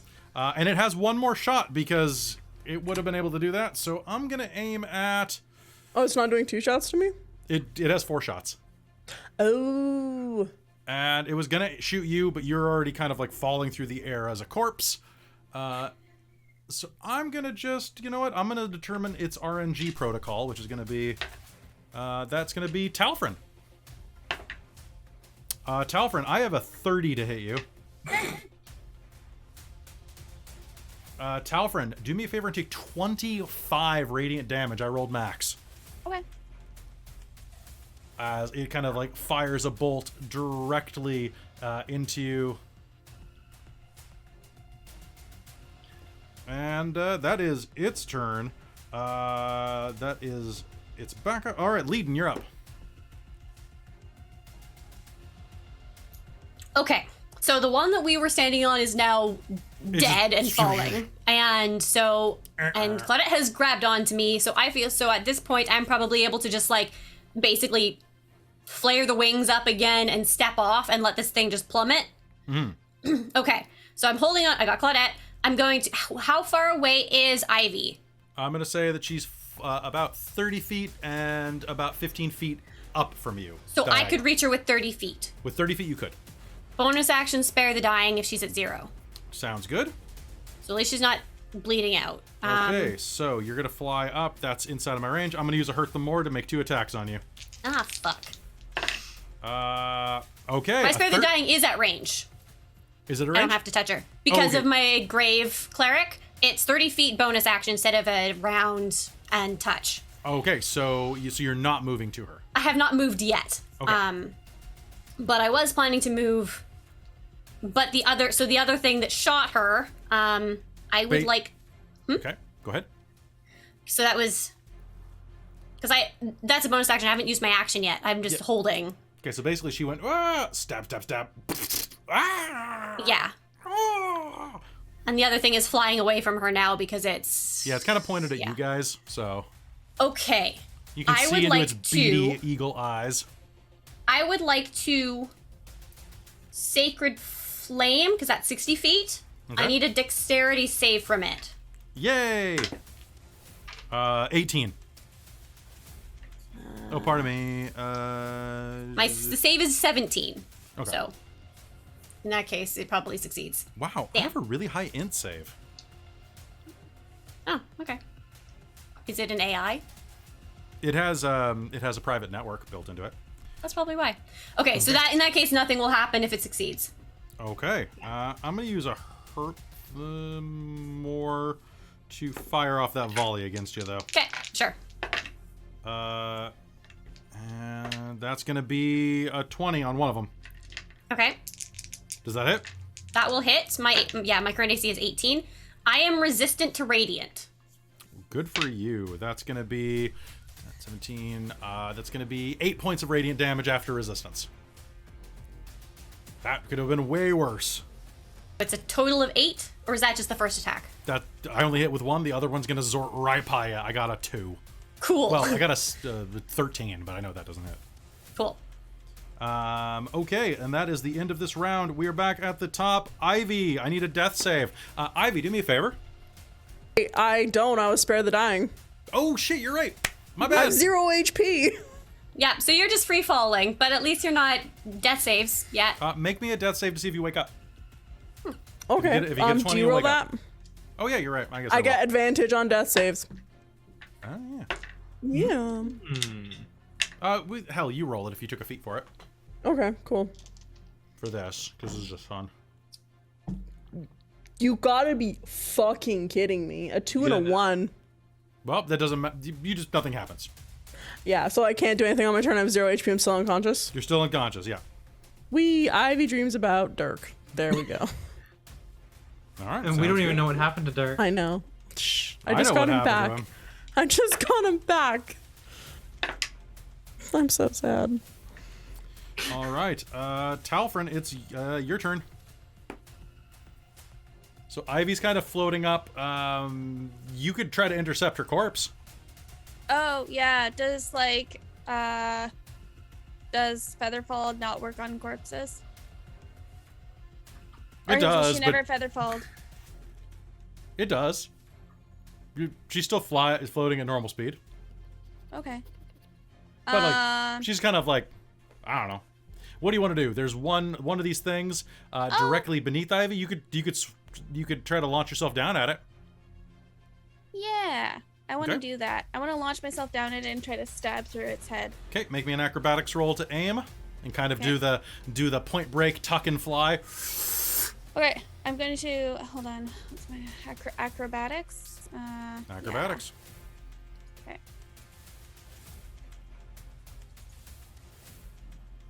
That's a 15. Okay. Make me your attack rolls. Okay. They're just gonna be normal, not Great Weapon Master, because this is a weird situation. Probably doesn't apply anyway. All right, let's go. You're gonna land on top of this thing. You can Great Weapon Master. And actually, a reminder that if you're gonna land on this thing with that acrobatics roll, I was treating point blank attacks as if they're prone. So you'll have advantage on these attacks. Okay, right on. So you might as well Great Weapon Master. I might as well at that point. Okay. So, wow. Okay. So 16, 2, 19, 19. So, that's gonna be. What's that gonna be? 16, 23 and 26 to hit. 2 hits. All right. Roll. So 15, sorry. 53 damage. 53 slashing. Holy shit. Thrust through it. Yeah, you're gonna definitely thrust into the center of it. This thing is still up. It is very, very badly damaged. It's gonna be screaming and making all of these like kind of noises underneath your feet. Are you doing anything else on your turn?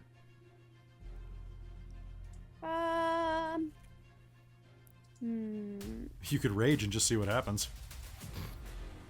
Oh, yeah. I kind of Sure. want to. All right, roll me D100. Okay. 61 this time.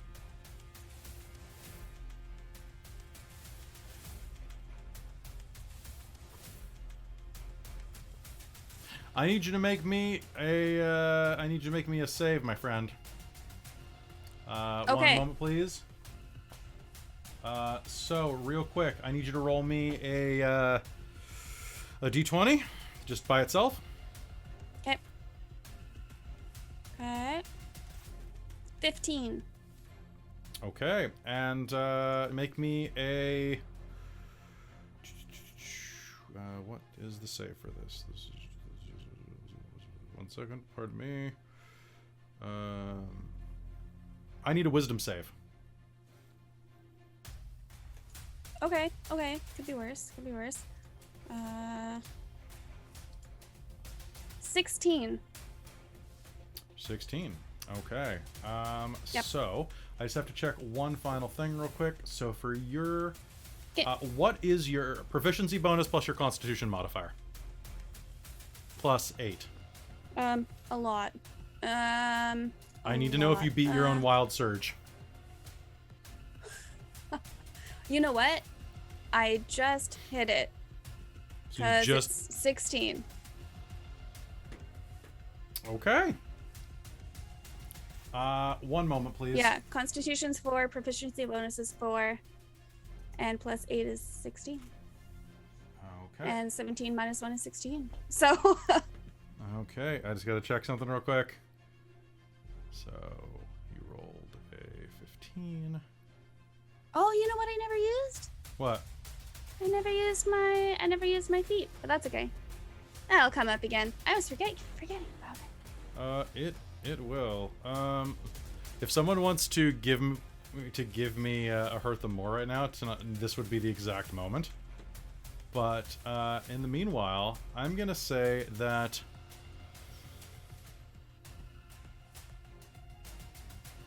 God damn it! Not again. I'm gonna say that it's half that. You got it. Did I get it? Reroll that! I'm gonna force you to reroll that.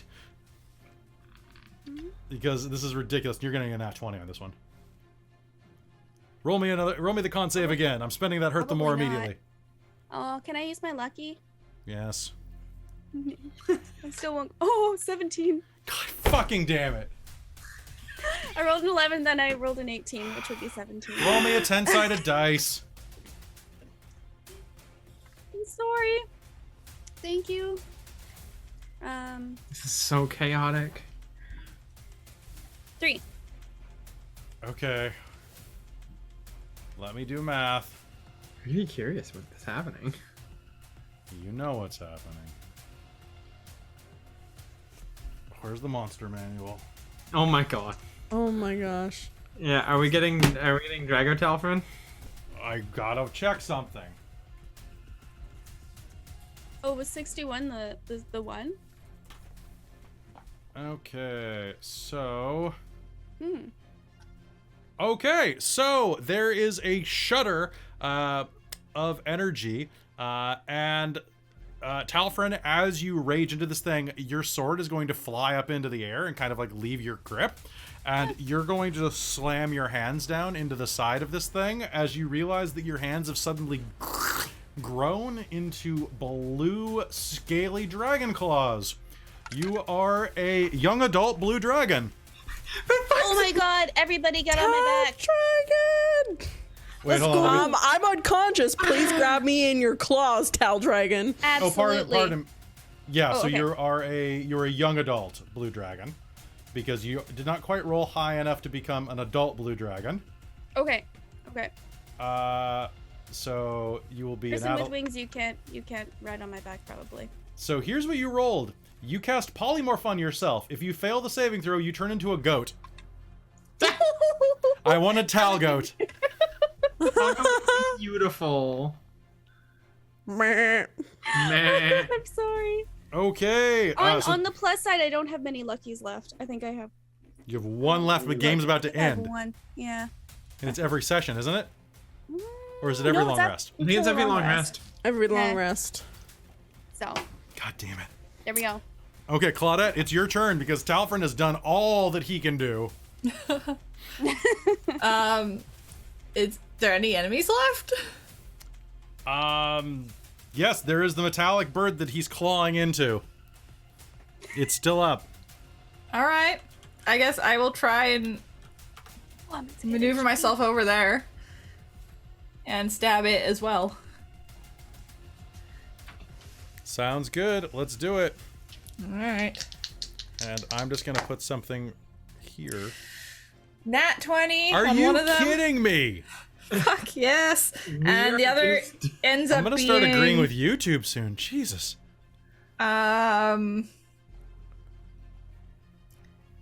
18 to hit.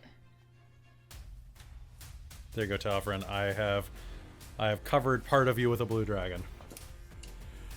Okay, so roll me damage on both. Okay, so 18 hits. And you're using what? The plasma sword. So how are you getting to it?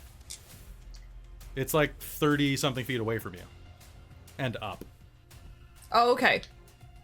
That's why I said, like, can I drift my way over there? Did you say that? Yes. Yes. Did I say yes? Yes. All right, make me an acrobatics roll so that I can be sure that I said yes. Okay. I also get advantage on that. Yep, I And know. you yeet yourself off of lead and But I'm- shield. That's a 19. Good enough. I'm going to say that the sudden dragon is going to kind of push down a bit. Okay. It's going to have some drag on. Ah. Okay, so 18 hit as well?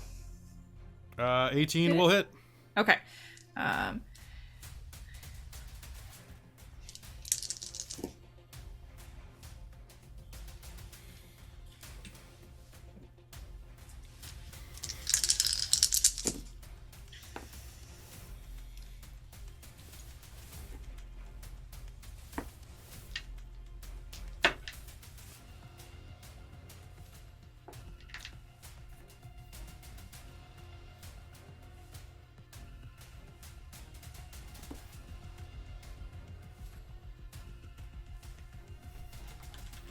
54. How do you want to do All this? told across both hits. I feel like Claudette kind of manages to, like, do something to catch the arrow, but to pop up and try and, like, drift over. And just kind of, like, grabs hold of like one of Talfrin's arms to kind of swing around and stab into this thing that Tal Dragon's holding. Mm-hmm. And just stabs into whatever open space there is that will not hit then Talfrin as well. She's just, you know that image in, what was it? I think Phantom Menace, where in the very beginning they have to stab through the blast doors and try and melt a hole to get through. Yeah, that's what this looks like. That first image of it just starting to melt through.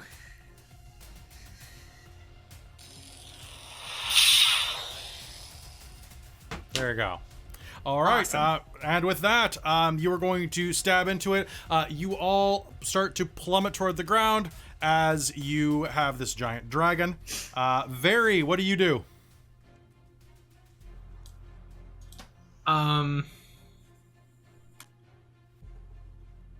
There's nothing left to kill, right? There's nothing. I mean, you could kill yourself. Like you could kill your friends. You could kill Ivy. She's pretty much dead.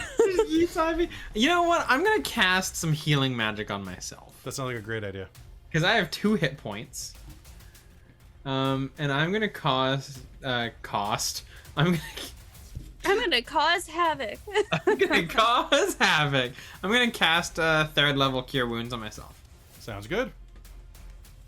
All right, and and that's D8s, right? That is D8 usually. Yeah. I have everything else written down. I forgot to write down Cure Wounds. Almost max. 16, 17, 18, 19, 20, 21, 22, plus con. 22, 23, 24, 25 hit points. Nice. Now I can add that on to my 2. All right, that will heal you up. Doing anything else as you're falling? No, just falling, I guess. All right, lead, and it's your turn. Okay, so there's no other enemies. Ivy's falling through the air. Alfred is now a dragon. I would like to, if I'm able to get close enough, use my move action to fly over to grab Ivy. You may. And now, who else is in a 30-foot radius of me? If you take a couple of, or like a round or so, everybody.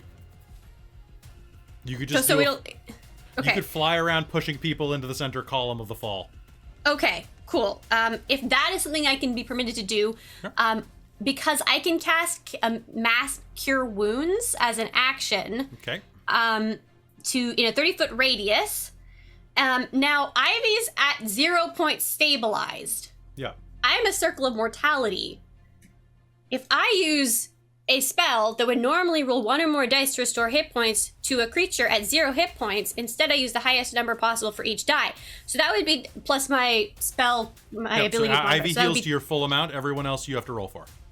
Oh, I do? Okay, because it sounded like it was just like you just use that for everybody. Okay, Let me never double mind. check. Let me check Circle of the Grave. Or not Circle of the Grave. Circle of Mortality. It's the level 1 feature. So this is... With Grave. a spell to a creature at 0 hit points, you instead let me use... read it. Yeah.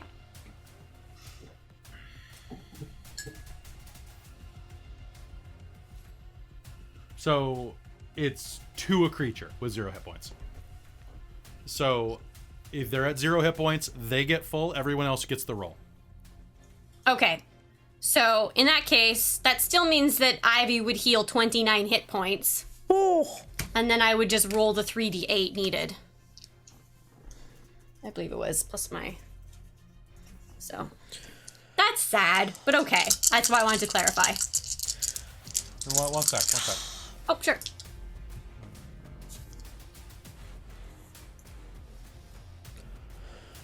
That's about scrolls. I'm just really curious about this.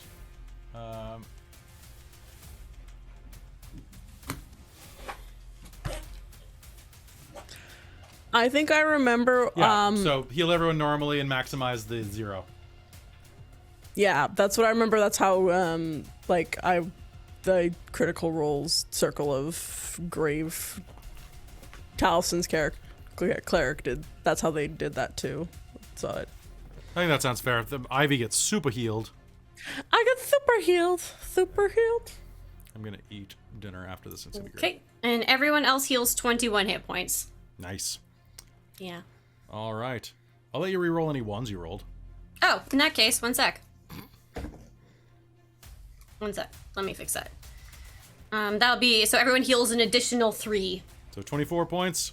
And Ivy is going to heal, what's the max you could have healed? 29. Is that the max? Awesome. Yeah, because it's 3d8 plus my spellcasting ability so modifier, Ivy's at which is 29 5. again. Yay. Oh, you rolled really high. That's good. All right, so you are going to heal all of that as you continue to plummet through the air at 60 feet per round. As you do, I have to do a couple more rolls. Ivy's gonna wake up and be like, Dragon, what? When did this happen? And then see, do you have the glasses still? Does Towel Dragon have his towel glasses? Yes. How else could he see? It's true. Right? He's still. He's got true sight, but he's still.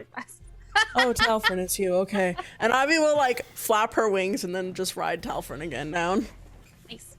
And with that, you are going to see that at the station, as the water begins to trickle out of the central core, several of the ships have managed to make it away, like the hovercrafts, and are kind of banking. And one of them is banking directly toward you all at a very fast speed, which we'll have to pick You're up pretty with suspicious. next time on the Reign of Emrys. Because I think that's a good place for us to end it tonight, folks, with the ship barreling toward you. And that's going to be it. So, folks, I think you ended up getting another game out of us because I don't think I can wrap this in one session. So be prepared for 25 episodes, maybe 26. Who knows how this is going to Who knows? We'll see what happens. All right, so hey, For folks. all that we were trying not to destroy the Crucible. Right? Vary's plan worked! Very wants to Wasn't destroy a magic? plan! Because you keep saying Very wants to just destroy the Crucible. It's like, Very, you don't want to be an artificer anymore? Well, she just likes always the most. She just always likes the most destructive, the blatantly destructive option. She doesn't really clue into what it means. All right, so folks, that's going to be it for us tonight. Thank you so much for tuning in to our little crew of misfits, malcontents, and sociopaths. Pick who's who. I hope you had a lot of fun with this episode. It was wild. I will say, for any novice DMs who are really nervous about keeping things on the plot, do not use the 2d100 wild surge table. Just don't. If you do, know what you're getting into, because you'll get 2 Tal Dragons in one campaign, as well as flooding a space station, basically. Whee! So that's a problem. But that's... Oh my god, that was ridiculous! Oh my god. Well, I hope you had fun with that. So, folks, thank you so much for tuning in. If you are new here, be sure to like, subscribe, smash bells. If you want to support the channel, I strongly encourage you to go find us on patreon.com/dorktales. Join the likes of our divine producers, Shelton, DM Michael, Gray, and Jade, as well as our VIPs, our Princes of the Patreon, Taryn and Buddy, who I see Buddy's right here. So good to see you, Buddy. Yeah, join them, because like seriously, every bit helps, and it helps me continue to run these games as my job, because this is a full-time gig. And if you're watching on YouTube, like, subscribe, smash bells, share these with people. Like, let's have fun. And yeah, thank you so much for tuning in. We love you very much. We will see you on Friday, because we're back on Friday this week. Yeah. And by the way, if we hit 50 patrons on Patreon, I will do something ridiculous. I'll tell you more about that once we hit 40, because we're at 27 right now. So keep going. Keep it up. All right. Anyway, we'll see you later. Good night, everybody.